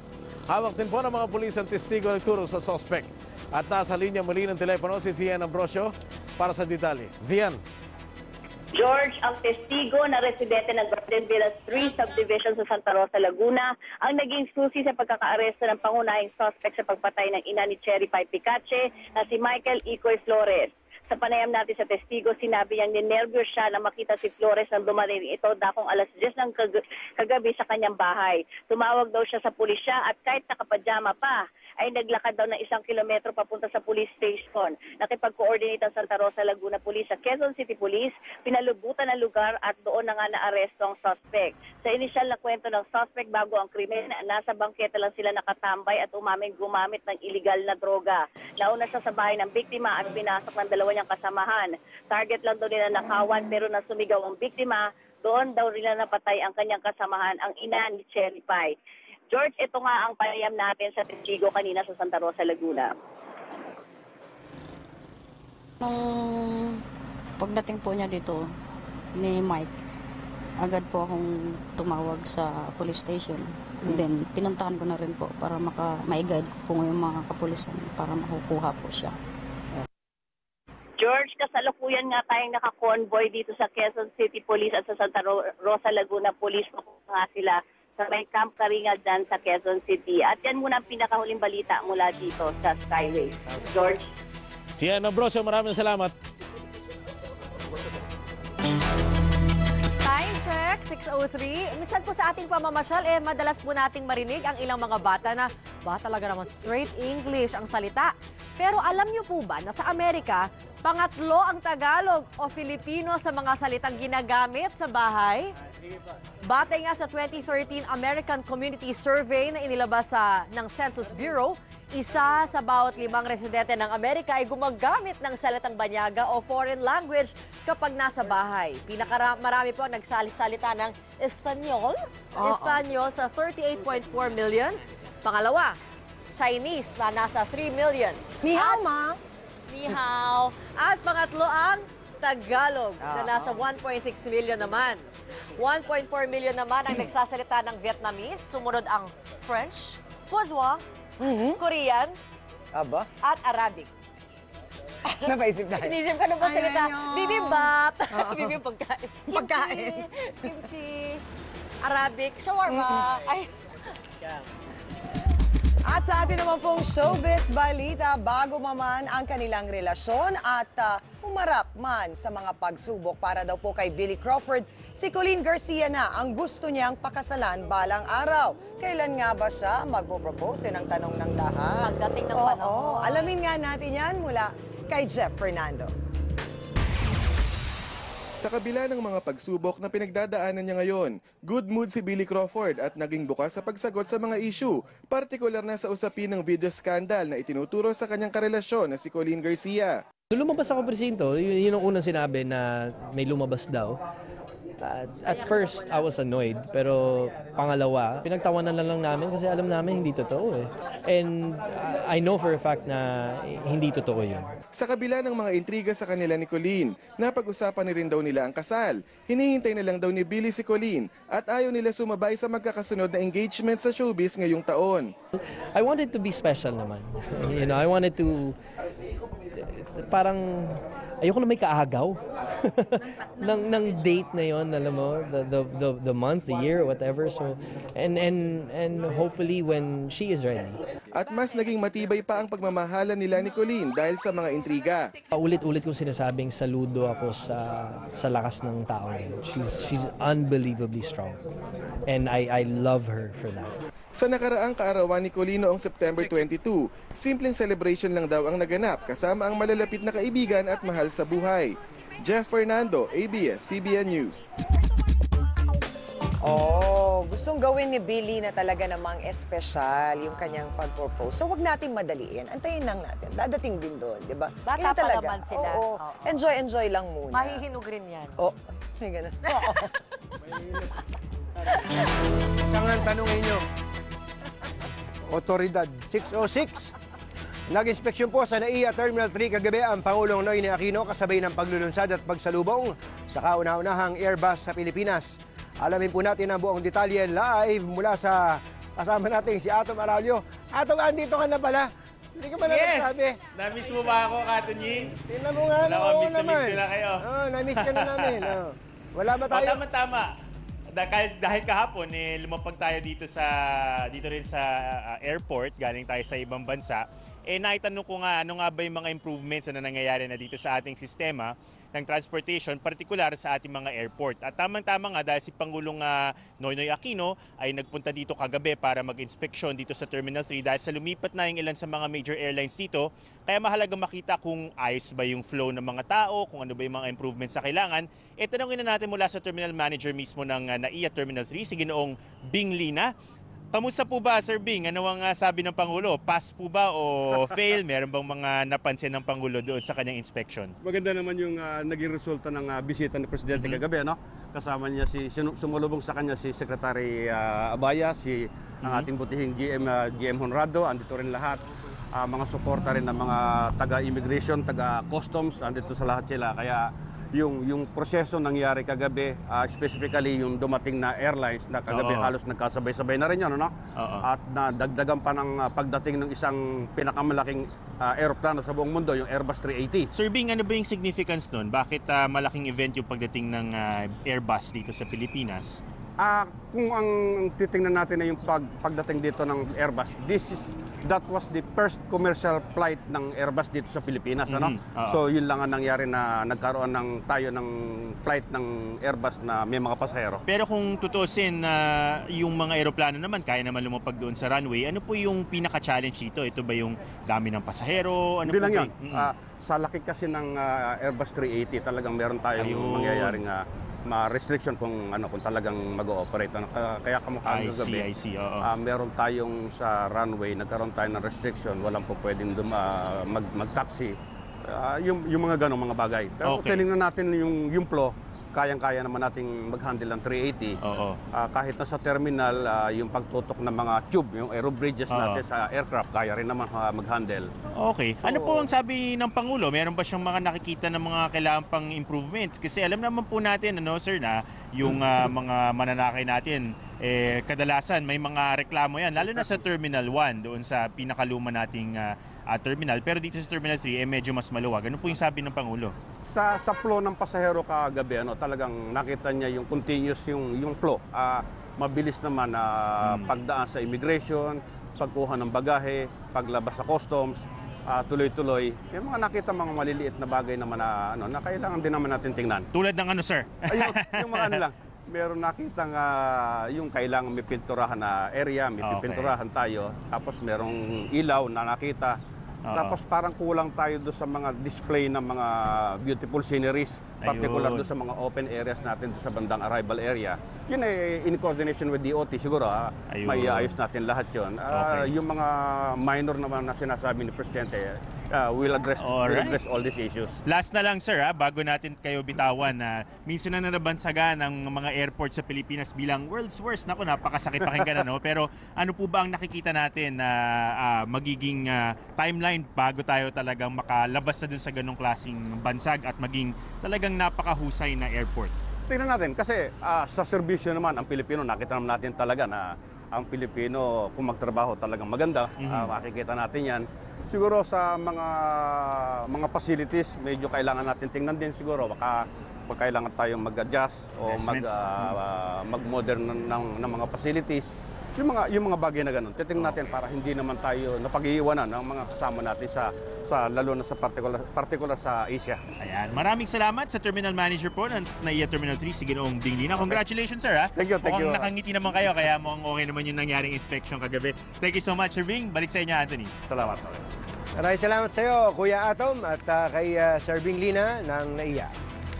Malapit na pong matapos ang isang bagong tanggapan sa DILG na magsasagawa ng lifestyle check sa mga miyembro ng PNP o Philippine National Police. Binubuo po ang bagong opisina ng mga miyembro mula sa National Police Commission, Office of the Ombudsman, BIR at pati na rin ng PNP. Bubusisiin ng opisina ang mga ari-arian, binabayad na buwis at salian ng mga pulis na matataas ang posisyon, mga malapit ng ma-promote at mga inirereklamong pulis. Ayon naman kay BIR Commissioner Kim Henares, si PNP Chief Alan Purisima ang unang sumailalim sa lifestyle check.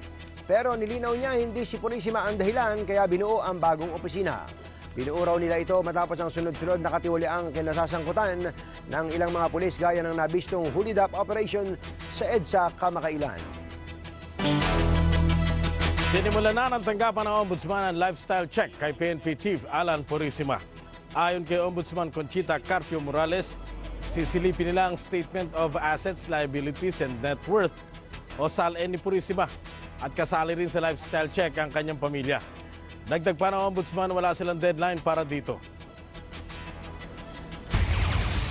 If you set a deadline and you can't make it, you are forced to file a case, even if there's no probable cause. So, walang a deadline. But we're trying to speed up all these things in light of the fact that there are so many controversies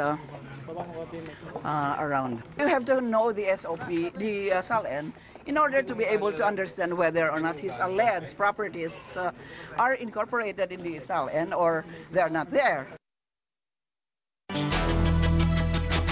Pinagkaguluhan ng mga residente sa isang barangay sa Compostela Valley ang mga tumutubong dambuhalang kabute sa kanilang lugar. Ang pinakamalaking nakuha ay may sukat na 32 inches. Ang lapad at tumitimbang ng higit 6 na kilo. Bigat naman nun. Oo, para po maipakita kung gaano kalaki ang mga ito, ginawa pang payong ng isang bayan patroller ang kabute. At nagtataka nga ang mga residente dahil ngayon lamang tumubo ng ganon ang kalaki ang kabute. Nilinis na nga ang babakuran ang lugar na pinagtutubuan ng mga giant mushroom habang hinihintay na masuri ang mga ito ng eksperto. Hindi pwedeng bawasan ang kwento mo.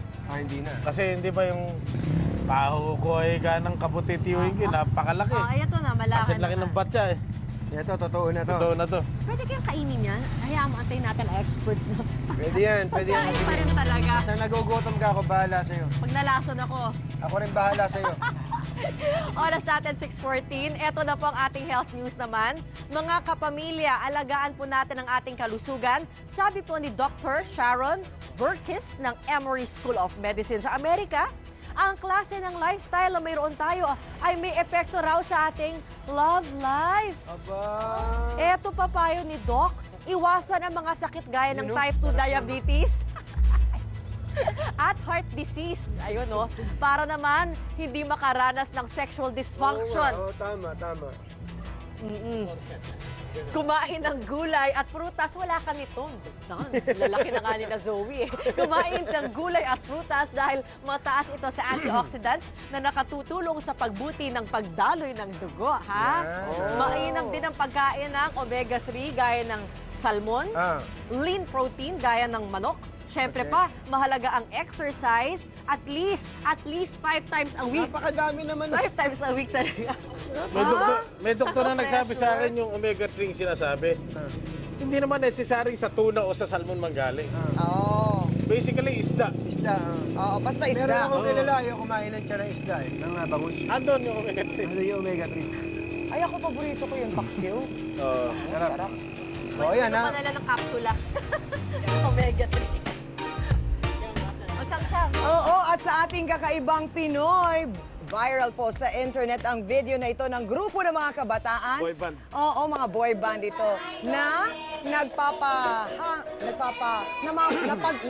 nagpamangha sa kanilang, pag-ara na gamit ang kanilang mga ukuleles. Ayon po sa mga nagkomento sa post, When in Manila Facebook page, Bisaya po ang lyrics ng kanta at kung maririnig po ninyo, ang isang linya ay, sa langit, wala ang beer. Pero sa langit, nakatira si San Miguel.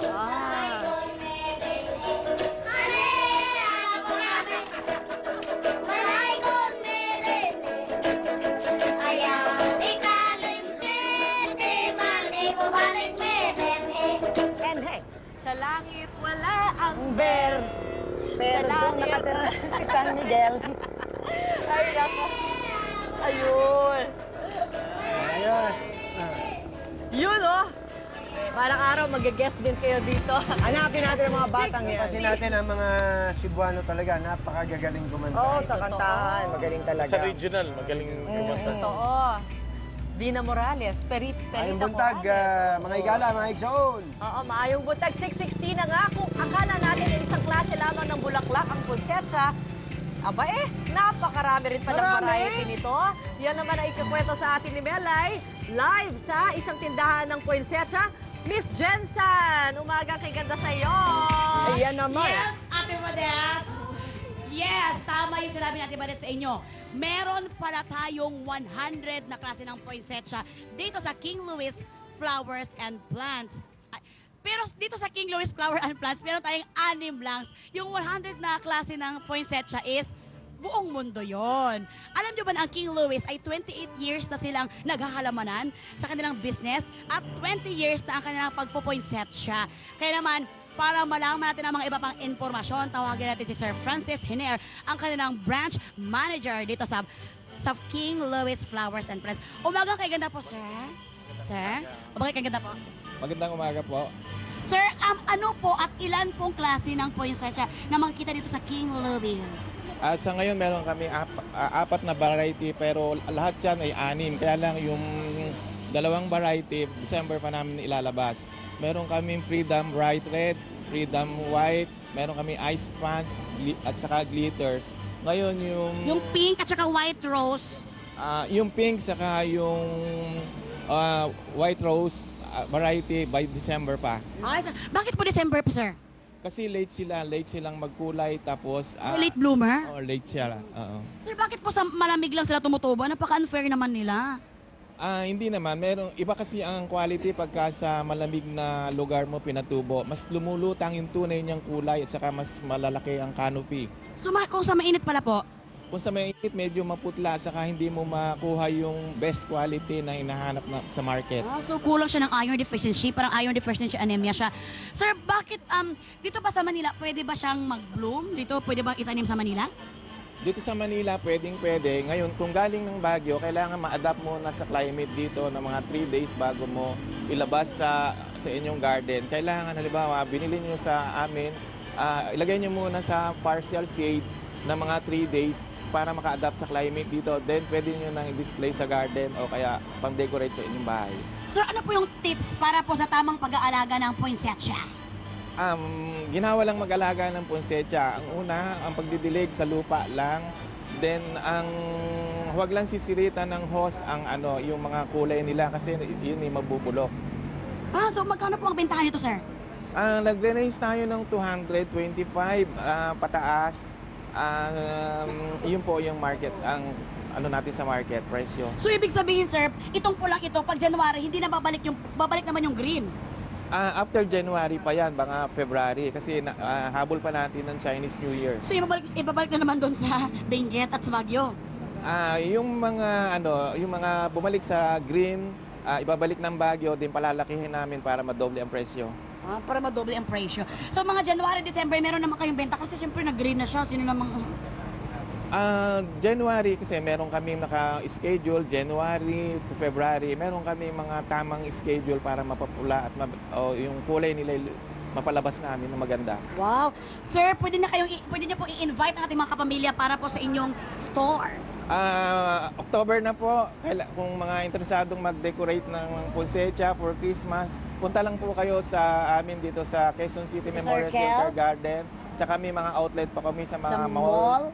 Then dyan po sa Parting Baliwak yung aming head office. Yes. Thank you very much, sir, sa inyong pag-invite sa amin dito sa Umagang Kay Ganda. Guys, mamaya naman napakasarap na swam na mais ni Postmaster General Jose de la Cruz sa pagbabalik ng Umagang Kay Ganda.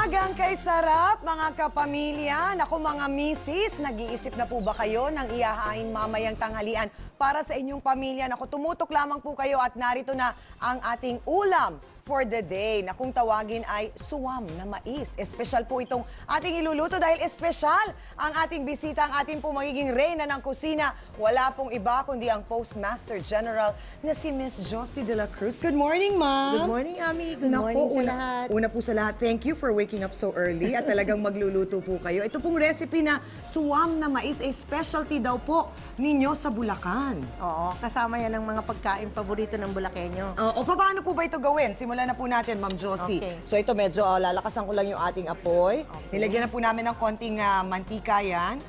Meron na ba? Meron na po konti, ayan. Sige. So mainit na kaya? Medyo mainit-init na po yan, ng kaunti. Kailangan kasi ilagay yung bawang? Opo. Hindi pa siya Magigisa. masyado. Sibuyas. Tapos mauuna yung baboy kasi mas matagal ng konting maluto yan kaysa sa hipon eh. So yung hipon talagang kailangan din. Medyo na kasi baka madurog. Kadalasan yun po ang nangyayari. Na-overcook yung ating hipon. So itong suwam, ito kailangan, ano po yung ginagawa sa mais para Ginagayat natin. Ginagayat po. Para mas madali din siyang maluto. Tapos, ang amin kasing ginamit, hindi yung karaniwan ng ano nila dyan, dahon sili, di ba? Opo. Itong ating ilalagay, malunggay. Oh, yan. Oo. Ako yan ang paborito ko ngayon Dahon ng malunggay. Kasi Tsaka healthy. Healthy na. Pwede pang hingin sa kapitbahay. Di ba? Pwede pong hingin lang yan. Meron pa kayong bonding ng inyong kapitbahay. Kailangan friends kayo para bibigyan kanya ng malunggay. So nilagay na po ninyo, Ma'am Josie, yung ating hipon. So susunod na po dyan ay... Tubig. Tubig po. Ito, iabot ko na po sa inyo, Ma'am Josie. Naku, sa Bulacan talagang maraming mga masasarap na pagkain po talaga Ako, lola ko at mama ko, mga taga-Pulilan din po. So talagang mahilig din talagang magluto. Tsaka hindi lang marami, talagang may kasaysayan pa. Ayun nga po. I think yun ang unique namin sa Bulacan. Totoo po yan. So pagkalagay po niyan, susunod na lang ay yung Pagkulo, ating... lalagay mo na yung mais, tapos lalagay mo yung yung malunggay. Opo. So Okay pwede na na po siya. natin yung takpan. Okay. At antayin na lang po natin para tayo po ay magkukwentuhan dito kumulo. sa ating lamesa, Ma'am Josie. Ako si Ate B, talagang nakikita ko excited na excited sa kanyang suwam ng mais. Ito, pag-usapan po natin ito pong ilang mga putahe po na dala po ninyo. Ito pong malapit kay George. Ano po ito? Nilasing na mais.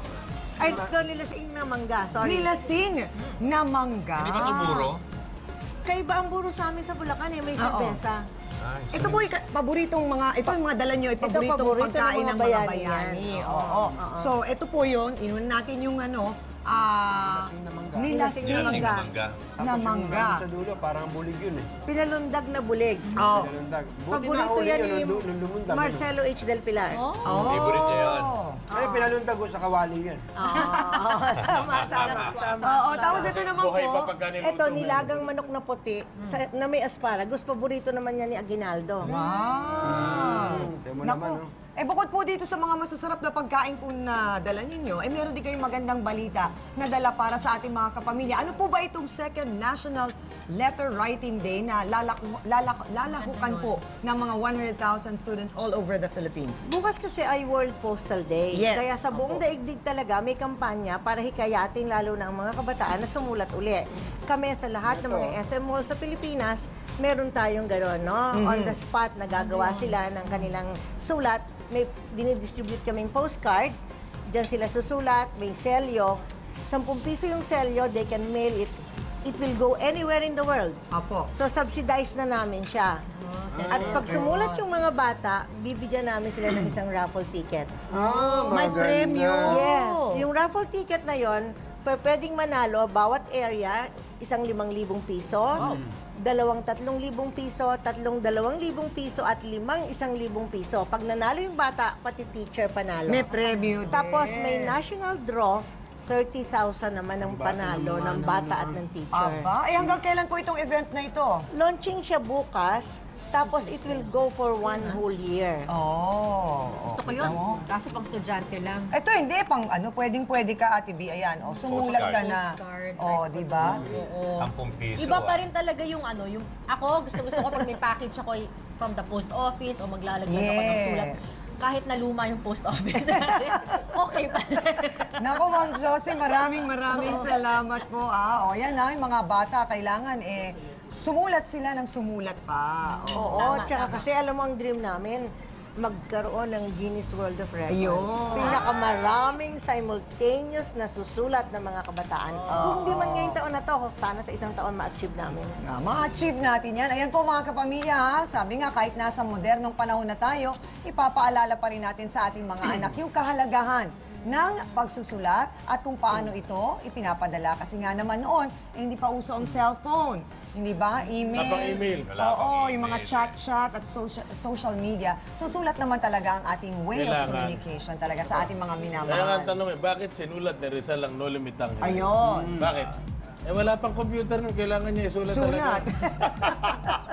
Ma'am, maraming salamat po sa pagbisita niyo sa amin at pagbahagi nitong mga masasarap na ulam na ito. Salamat din. Sana enjoy niyo ang pagkain ng mga bayan. Yes. Thank you po sa inyo.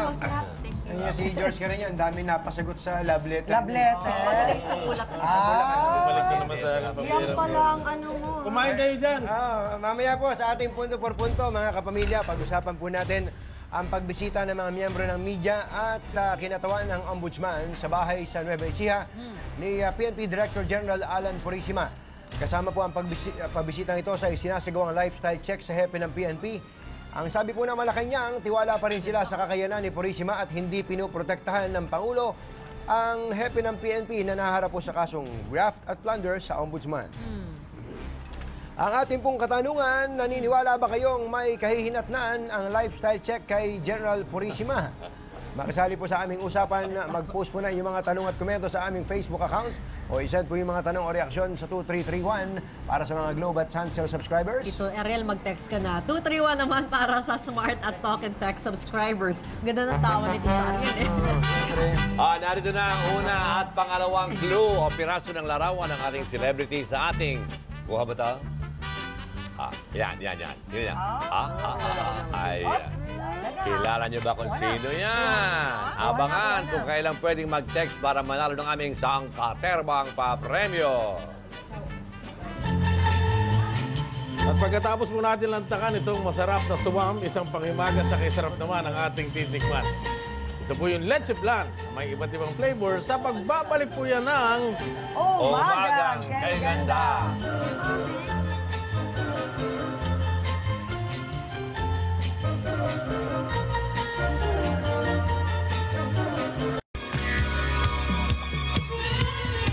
Usapang negosyo pa rin po tayo dito sa Umagang kay Ganda sa oras na 6:41. Leche flan ni Ella at ni Jeff, ang kanyang mister, ang ating iluluto. Pero ito, recipe at negosyo na minana ni Ella sa kanyang nanay na si Mommy Kling. So, ang mga sangkap natin?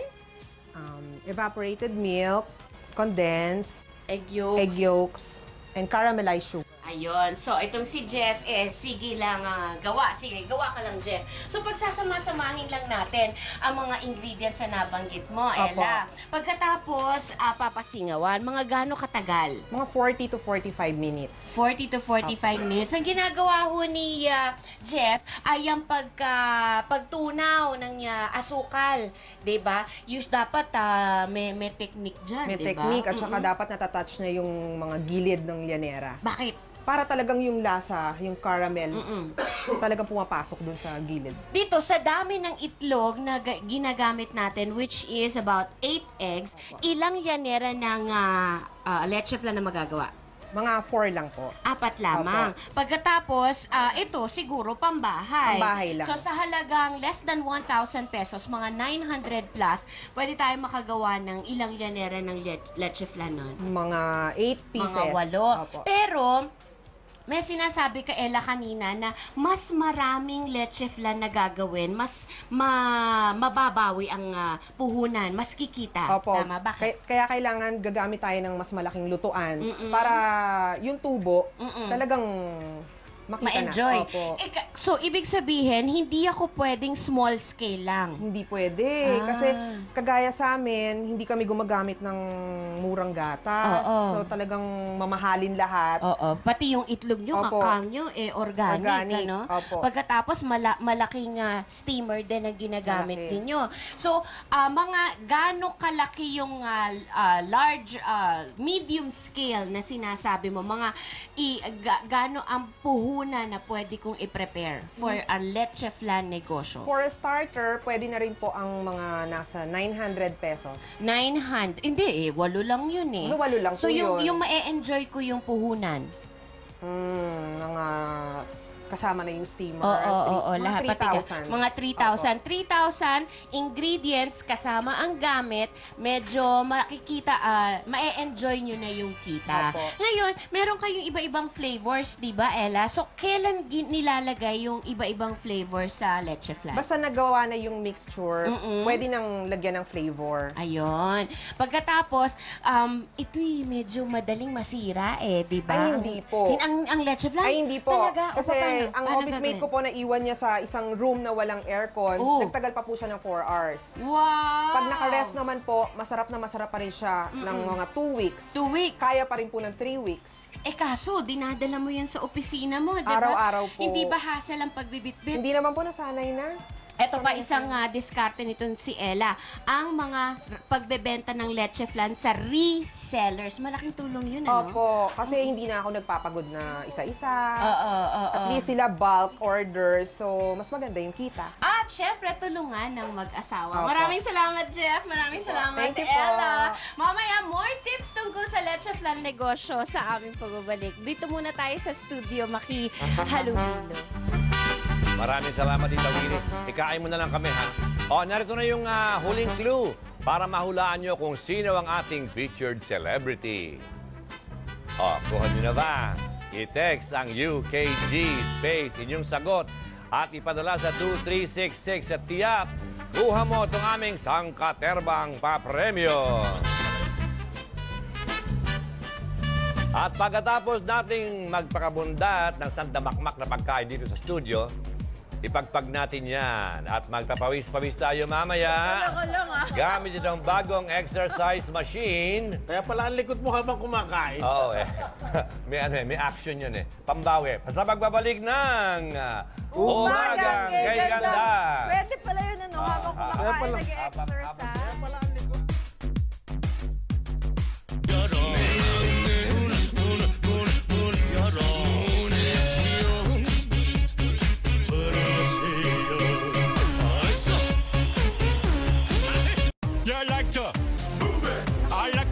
Umagang kay ganda, mga misis. Nako, ito, I'm sure, gustong-gusto po ninyo yung tayo ay magpapayat, magpa-sexy, pero wala tayong time pumunta sa gym. Nako, totoo yan. Huwag na huwag po kayong mag-worry dahil ngayong umaga, eto, may good news ako sa inyo, isang exercise equipment ang ipapakita po namin sa inyo para kayo ay pumayat at kahit kayo ay nasa bahay lang at kahit anong oras ay pwedeng-pwede nyo itong gamitin, lalo tapos na kayo sa inyong mga gawaing bahay. Alika, Ate B, interesado ka sa mga ganito, di ba? O para ipakita sa atin ang paggamit ito, kasama ko ngayong umaga, si Victor Anastasio. Hi, Victor! Hi, umaga sa'yo, umagang kay Ami. ganda. Oo. Naku, ito bang machine na to? Ano bang exercise na, Ito, ang tawag dito ay ang Avento Health Club, no? Ito Avento Health Club, Okay. yes. Kaya na sinabi mo, madaling-madali siyang gamitin at siya ay cardio and muscle toning exercise in one. Aba! Yes. Yan, galing naman ha. So ito, kumbaga kahit ganyan, nasabi mo nga, nakaupo ka lang, pwedeng habang nanonood sila ng Umagang Kay Ganda. Tamang-tama, diba? Tamang-tama, pwede Oo. nang nag-exercise na ganyan. Madaling-daling magamitin. Oo, magkano naman yung ganitong machine? Ito ay 2,495 pesos lang at multi-purpose siya. So pwede Okay. siyang gawin sa abs, sa arms, katulad ng gumagawa Ayun yung ni ginagawa Sir. ni Ate B. Ayun, ginagawa niya yung abs. Pwedeng-pwede at ina-assist ka niya sa likod niya. Oo. Merong parang support sa likod. Yun, oo. So, tutulungan ka niya. And na-adjust yung elastic na yan. So, kung beginner, intermediate, advanced, diba? Depende Pwede sa fitness kang level lumevel mo. up, kumbaga. Depende sa kung Yes. ano. Pero kung magsisimula ka, pwede na yung medyo lang. Yes, oo. Simpleng-simple lang yung mga exercise na ginagawa kagaya mo. Ito yon. Para sa mga walang time na tumakbo. Oo, tumakbo, di ba? Minsan umuulan. Oo. Or syempre, mahal yung gym. So ito, multi-purpose equipment na siya and cardio siya. And makikita natin, muscle toning. Yes. So talaga meron siyang resistance. So pwedeng leg And exercise, sit-up, Yes. pwede. Ang galing ha. Magkano naman siya? ito ay 2,495 pesos lang, di ba? So cheaper than, kunyari, mag-membership ka sa gym. Oo. Bumili ka lang nito, multi-purpose pa. At yan, nag-e-enjoy talaga siya dyan sa sit-ups niya. At mamaya talagang... Mahirap ba, Ate B? Kayang-kaya mo yan. Pwedeng-pwede siyang i-adjust, Oo. di ba? Yun. So pwede siya kahit kay misis, kahit sa Yes. tatay, pwede. At pwede rin siya kahit sa mga teenagers na mga anak. nararamdaman ko siya, Pwede ko ba i-try, Victor? Parang gusto ko lang Sure, makita kung... sige. Ito baka yung mahirap. cycling machine. Oo. Parang ganun yung ano niya, di ba? Sa legs. Uy, o para ito sa mga Yun. may injury sa tuhod. Tama. Kagaya ko, Pwedeng-pwede pala. yan, di ba? Low So saan impact nila exercise. pwede mabili to? Ito, manood lang kayo late nights ng O-Shopping sa ABS-CBN. At kailangan nyo lang tumawag sa 800-1000. Hindi nyo na kailangan pumunta sa tindahan, di ba? Yes. Tatawag na lang kayo and nasa inyo na tong exercise machine na to na cardio and muscle toning and of course, multi-purpose. Ayan, Yun. o Ate B, mag-isip-isip na tayong dalawa. Pwede tayong mag-order nito. Maraming salamat sa'yo, Victor. Maraming salamat Pag din. umorder ba nito, kasama ka? Well, pwedeng pag-usapan. Hindi, joke lang. Magbabalik pa rin po ang Umagang Kay Ganda. Thank you, Victor. Ate B, I like to move it, move it. I like to move it, move it. You like to move it.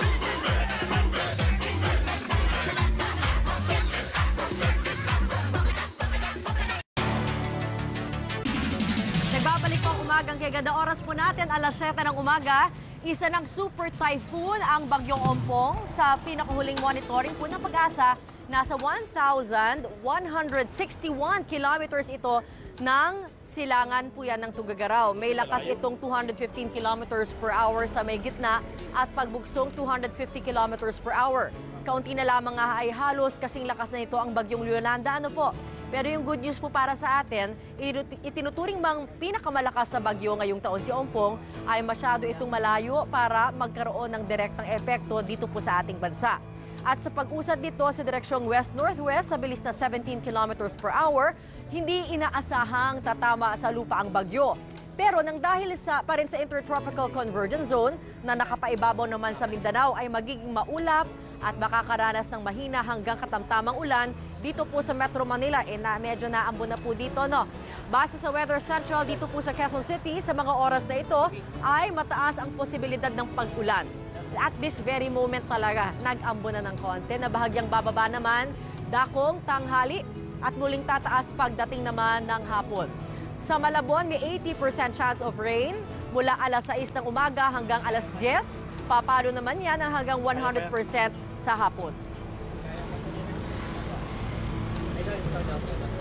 Sa Maynila po naman, mataas din ang tsansa ng ulan ngayong umaga at nasa 100% din ito simula alas 3 ng hapon hanggang gabi. Ganyan din halos ang lagay sa lungsod ng Pasig. Magkakaroon din ng light to moderate rain sa Ilocos Region, Cagayan Valley, Cordillera, Aurora, Calabarzon, Mimaropa, Bicol, Visayas, Zamboanga Peninsula, Northern Mindanao, ARMM at Soc Sargent.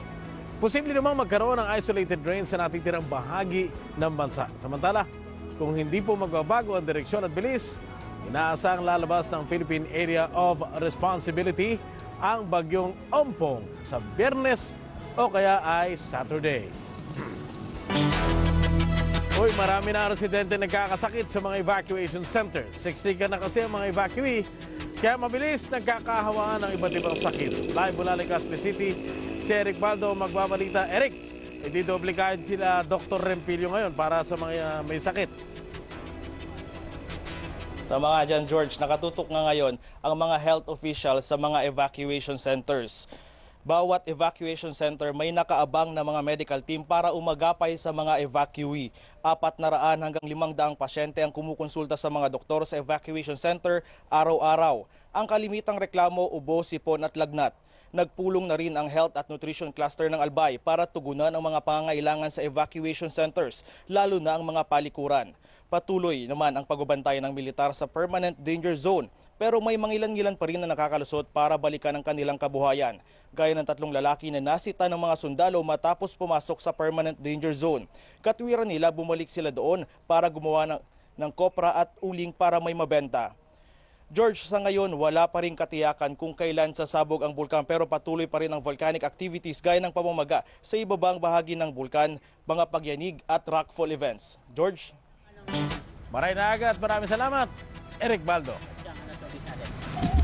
At eto naman po ang latest sa mundo ng showbiz. Kasado na nga po ang lahat para sa pag-ere ng bagong teleserye ng ABS-CBN, ang Two Wives. Masayang-masaya ang mga bida ng serye na sina Jason Abalos, Kay Abad at Erich Gonzalez. At umaasa sila, papatok ito sa mga manonood. Nagbabalik si Jeff Fernando.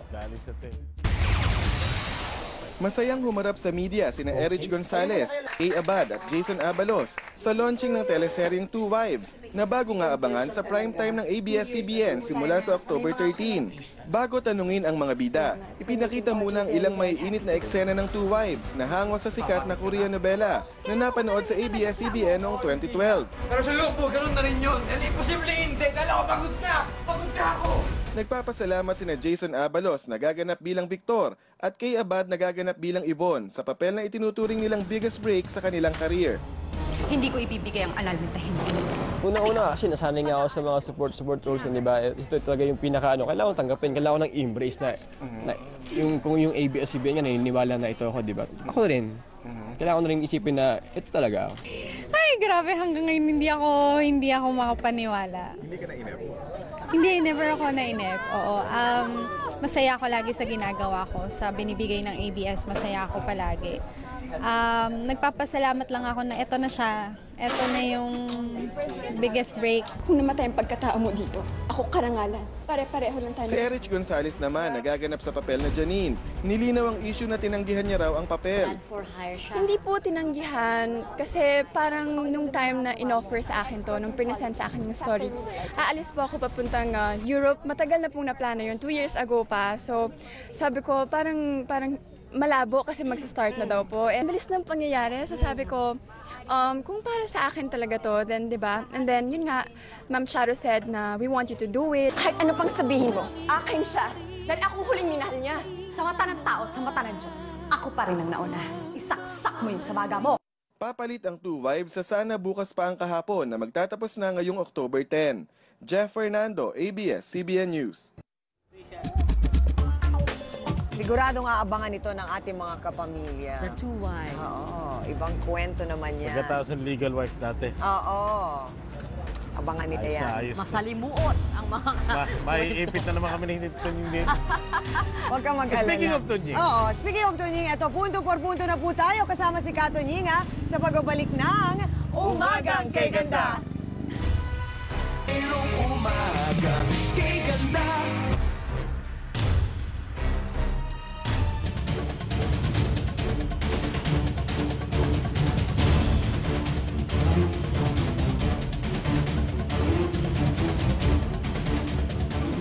Oras po natin, Achi, Chityam Chap Gohun, 7:15 ng umaga. Bawat anggulo bubusisiin, lahat ng panig uusisain, ilalahad sa publiko, punto por punto. Mga kapamilya, kayo po ba'y naniniwala na may patutunguhan o kahihinatnan ng lifestyle checks kay General Alan Purisima? Makakapiling po natin dito sa studio ang batikang political analyst, si Attorney Malu Tequia. Attorney Malu, kumusta po? Umagang kay ganda po sa inyo. Umagang kay ganda sa iyo. Opo, at makakapiling po naman natin sa linya ng telepono ang ating pong paborito kaibigan, Presidential Communications Secretary Herminio Sani Coloma Jr. Secretary Coloma, umagang kay ganda po sa inyo. Umagang kay ganda, Tunying, sa iyo at sa ating kaibigan si Malu. Opo. Attorney Malu, kayo na po unahin ko. Kayo po bilang matagal na rin nag-oobserba dito po sa kaso na to, ano po ang reaksyon ninyo sa nakita nating ari-arian na ipinakita po sa media ni General Purisima doon sa San Leonardo, Nueva Ecija? Ito po ba'y nakatulong sa kanyang depensa o lalo pang nakapagdiin sa kanya? Sa tingin ko, welcome yung pinakita niya sa media, nagpunta doon ang media. Malaking bagay na nakita ng taong bayan kung anong hitsura nung ari-arian niya. Pero hindi naman kumpleto yung pag-open up. Kunyari, hindi napuntahan yung poultry farm yata na kasama rin dun sa ektarya na lupain.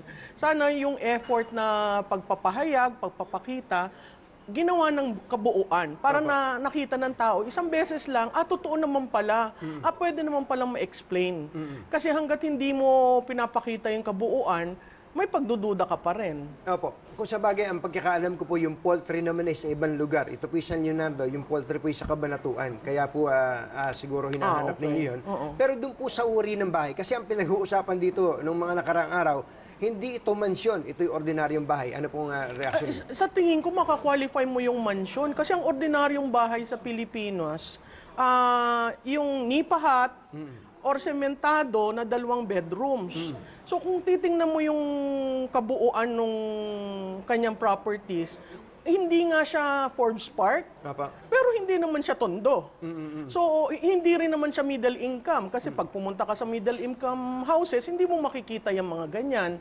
So masasabi mong pwedeng mansyon dun sa definisyon na pag linagay mo sa probinsya o kinumpare mo sa mga bahay dito sa Metro Manila, mansyon yun. Kung sa bagay po, kahapon po, kagabi po yung na-interview ko isang miyembro ng United Architects of the Philippines.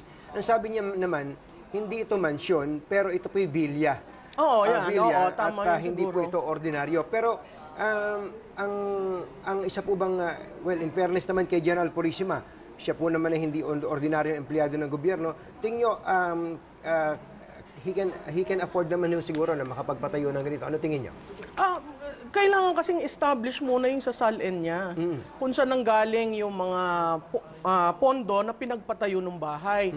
Alam mo, Tunying, meron tayong tinatawag na Ethical Standards Law 6713 na doon clearly dinefine ano ang regalo, ano ang pwedeng regalong tanggapin, ano ang conflict of interest na kailangan mong i-disclose, ano yung kailangan mong lagyan ng explanation sa iyong SALN dahil yun ang requirement ng batas. So kung sa batas, dinidefine doon na bawal ang tumanggap ng regalo, bawal ang loan na tumanggap, discount is a benefit to you.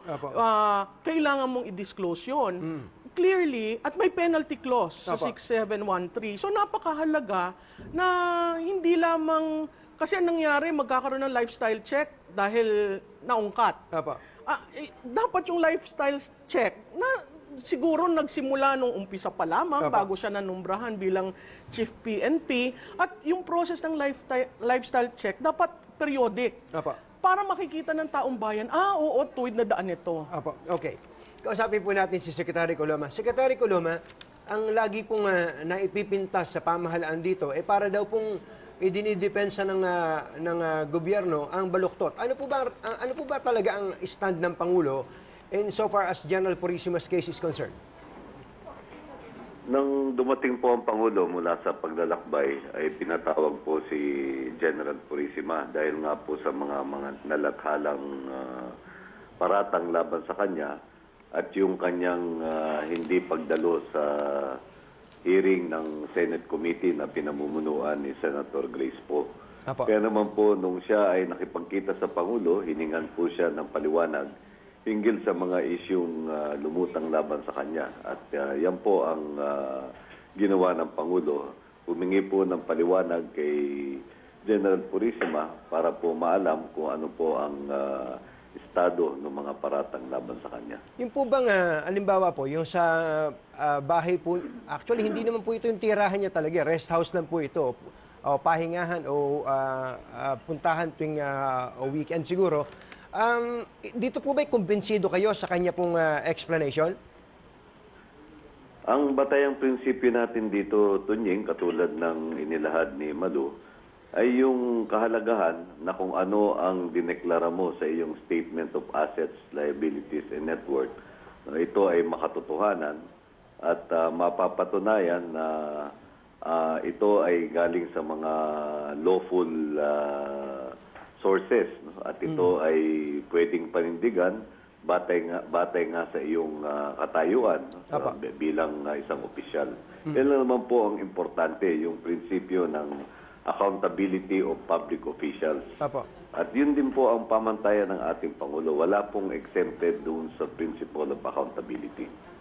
Huli na lang po, doon po sa mga nagdududa sapagkat bago pa gawin ng lifestyle check, ay may binanggit na po ang Pangulo. Actually, sa Amerika po niya binanggit na ang pagkakakilala niya kay General Purisima, hindi matakaw, hindi maluho, pero lumalabas po itong mga properties na to.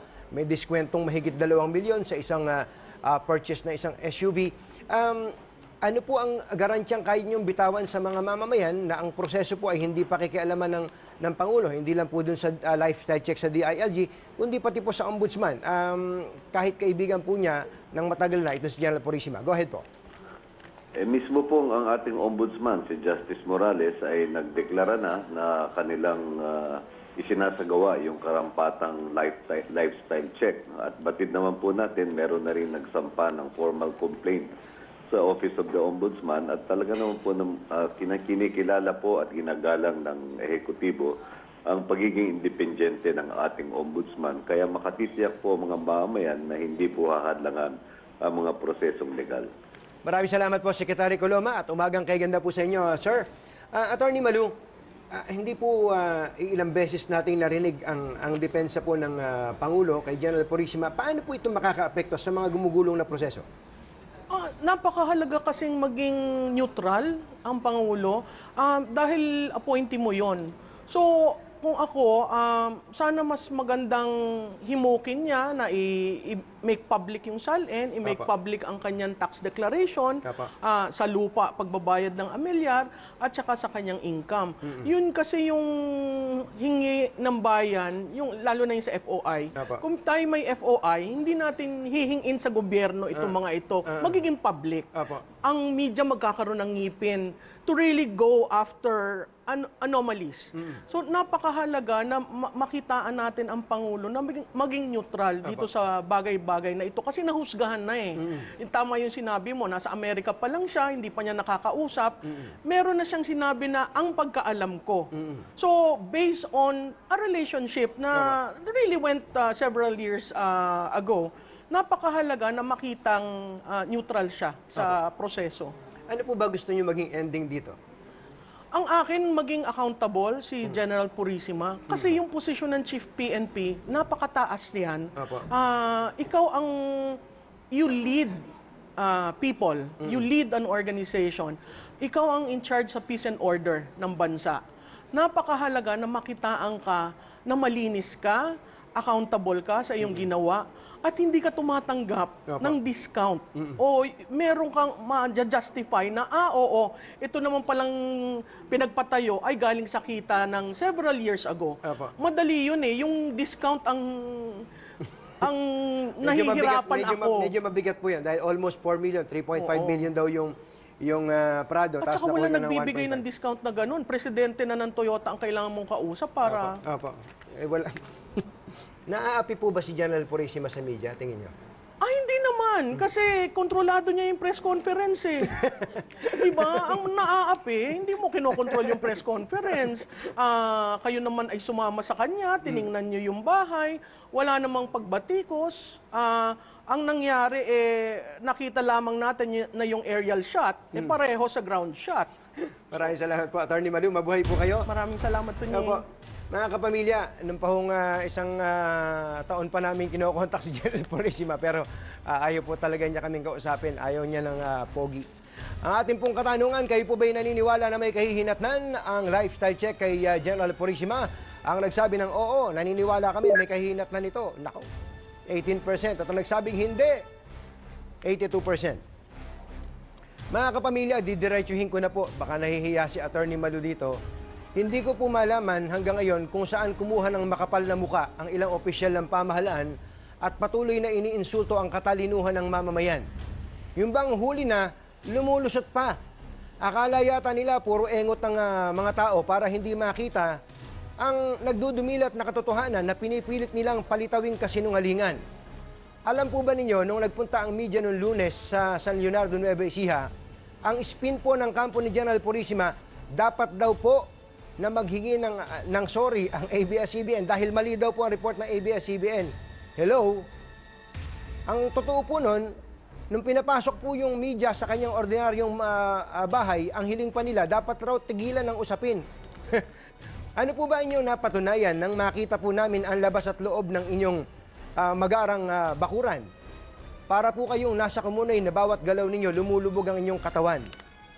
Sus Mariano Caendo, mga kapamilya, nung pong inumpisahan ng Pangulong Aquino ang kampanya laban sa itinuturing niyang kalaban ng campaign against corruption, nung sinagasaan niya at pinatalsik si dating Chief Justice Renato Corona, nagkaroon po ng pag-asa ang bayan na mukha nga pong mapupuksa na ang kabuktutan sa gobyerno. Dinurog po ni Pinoy si Corona dahil po sa hindi nito idineklara ang kanyang dollar account at ilang ari-arian sa kanyang salin.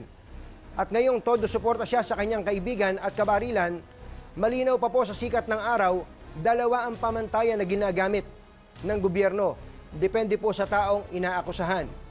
Pero alam po ninyo, sa akin pong puso, umaasa pa rin po ako na maliliwanagan po ang Pangulo na baka nga nakaboundary na po kayo sa pagbabayad ng utang na loob kay General Purisima.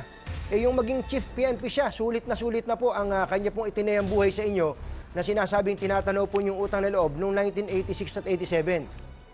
Mr. President, hindi po kami kalaban. Ang totoo po, kami ang inyong kakampi na nagpapaalala po sa inyo sapagkat kami po ay mga bumoto po sa inyo noong 2010 elections. Kay General Purisima naman, huwag ka na magpalusot, sir. Pinahihirapan mo pa ang Pangulo. Bitaw na! Huli ka na!